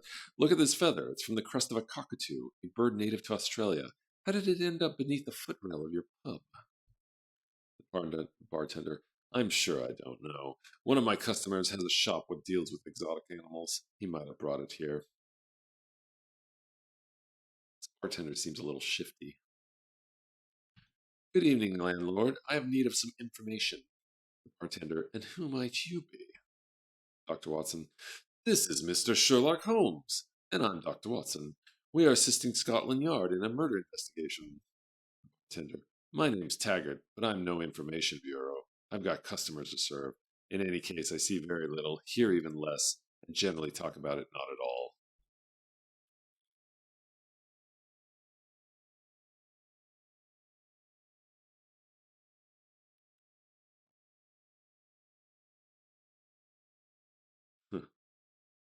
I'm going to challenge him to a game of darts.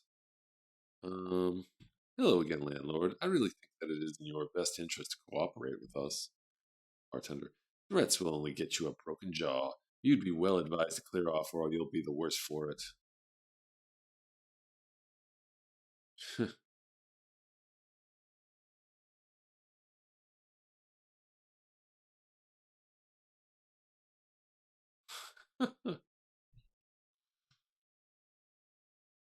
Let's go with.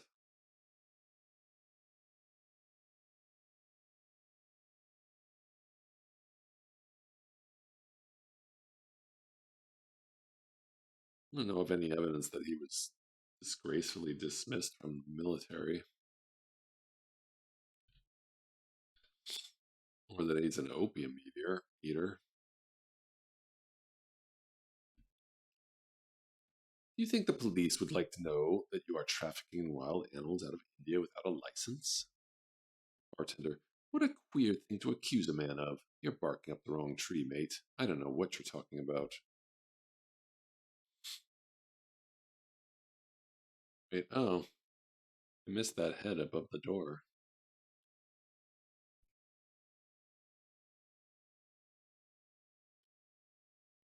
Except the tiger's head on the wall is a damning bit of evidence. Bartender. Evidence of my being an expert marksman, more like. Now be off with you both before I loose Big Tom on you. Big Tom, huh? Head of an enormous Bengal tiger. A taxidermist of only modest competence was unable to properly match the creature's yellow-green eyes. The moth-eaten condition of the head has not contributed to the bearing of the once noble beast. That's sad.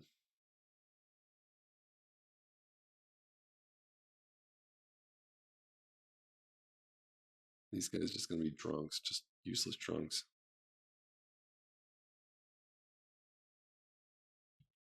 Pardon me, but perhaps you might help me?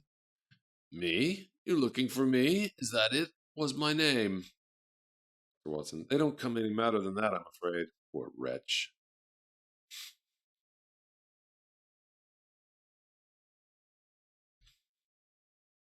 Dirty drunk.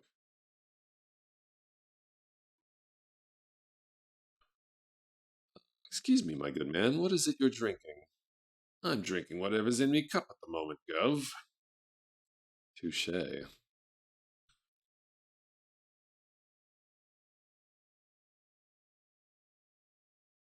Good evening, might I have a private word? Dirty drunk. It's your shilling. Sherlock Holmes. I'm looking for someone, a young man, who may come here often. The dirty drunk. You've got the wrong bloke, mate. The only thing I look at when I come here is the bottom of this here glass, and the landlord's ugly puss when I have to. You wouldn't want to stand me to another round, would you? Or maybe your friend would be so kind? Dr. Watson. Not tonight, I'm afraid.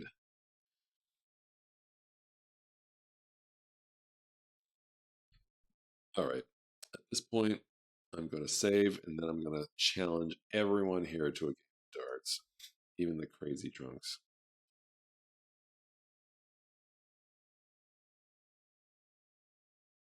Sir, if you would be so kind, could I interest you in a friendly game of darts?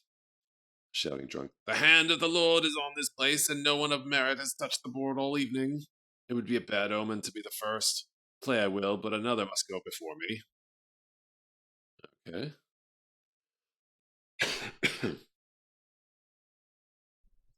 Sir, the board is empty, and I require a worthy opponent. Do you perhaps play darts? Staggering drunk. What's that? Darts? Darts? Of course I play. I'm the champion of Basil Street. If you're looking for a challenge, then I'm your man. Which way is the board? Sherlock Holmes. Right this way, my good man. Shall we begin? Staggering drunk. By all means, and you, sir. Wow, okay, there's actually a dart playing game. Uh.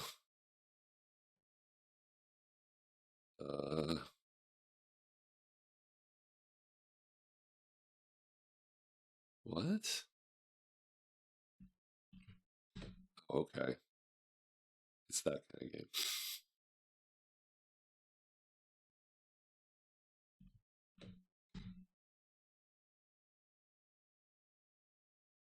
Wait, am I aiming this at all? Or is that Holmes just going for the best spot?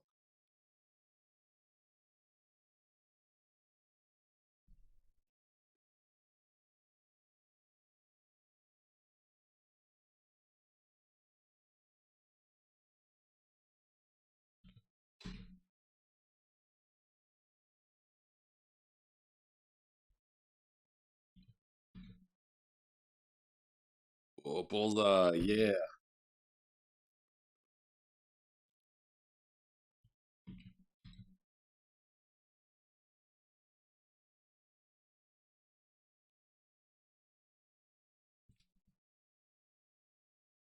Oh, what? Ah, made a big score. Oh, so okay. Ah, okay, I think I get this now. I'm slightly ahead. I guess I want to go for bullseyes. That'd be easier than trying to. Oh, that was a little off.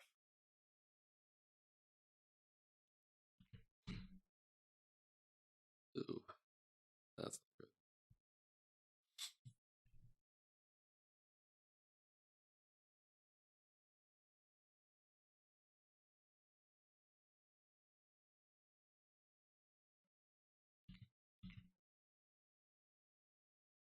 Ah, 2 points. That's not good.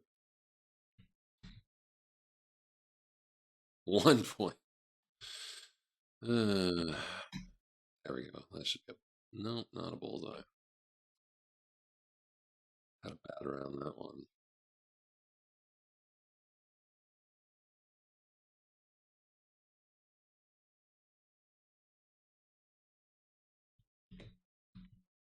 Oh, that was way off.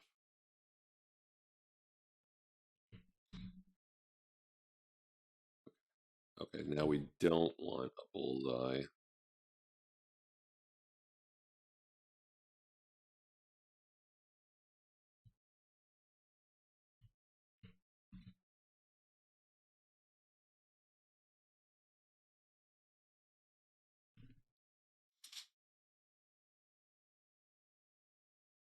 Yeah, yeah, I see that now.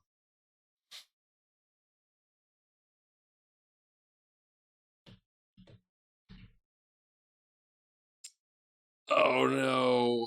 Oh. Oh man.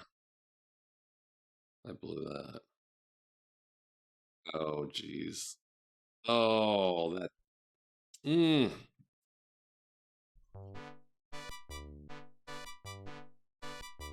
Okay.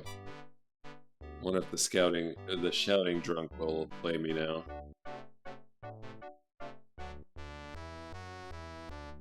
What? We already played. I already played with the staggering drunk. What do I get if I win? Would you care for another game of darts? By all means, sir. Okay, now that I have a better idea of what I need to be doing.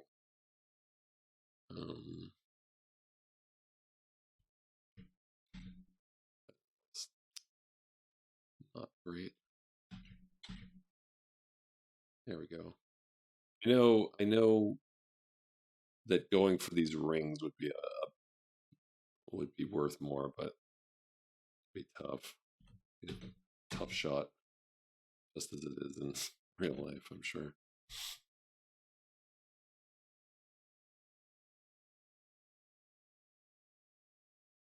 This guy's good. This guy's actually pretty legit good.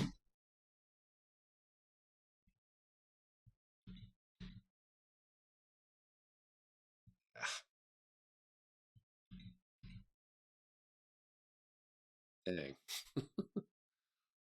I'm ahead though. I'm ahead.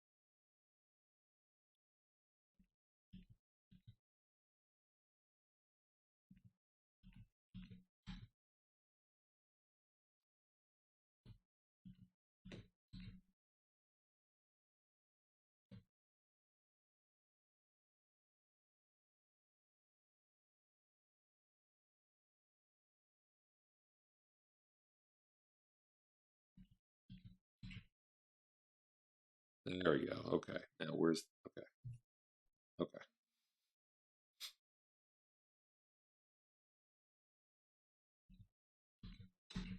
Oh, dang it. Okay, where's the 5? Okay, it's way up there. Okay. Okay. I think I have a good shot here.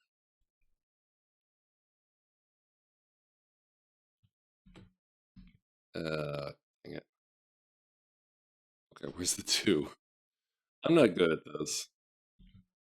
Oh, okay, he's shooting. He's throwing, I should say. I'm not shooting. I got a shot at this. Oh man. This is kind of like too fast.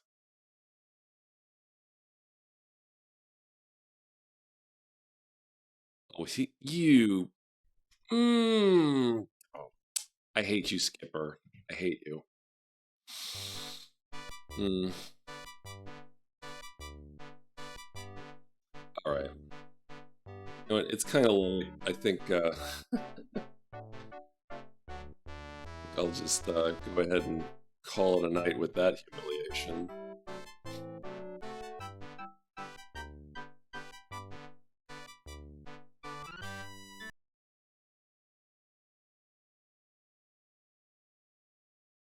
All right, let me turn this back on. All right, that's pretty cool so far.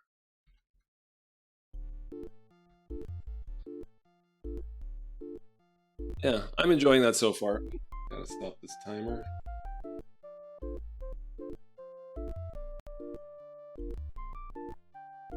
Sure. Yeah, that sounds good.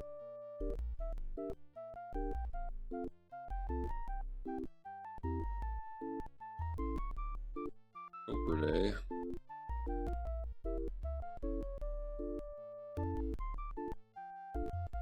Yeah. Yeah. I can totally do that. Alright. Coopert. Yeah.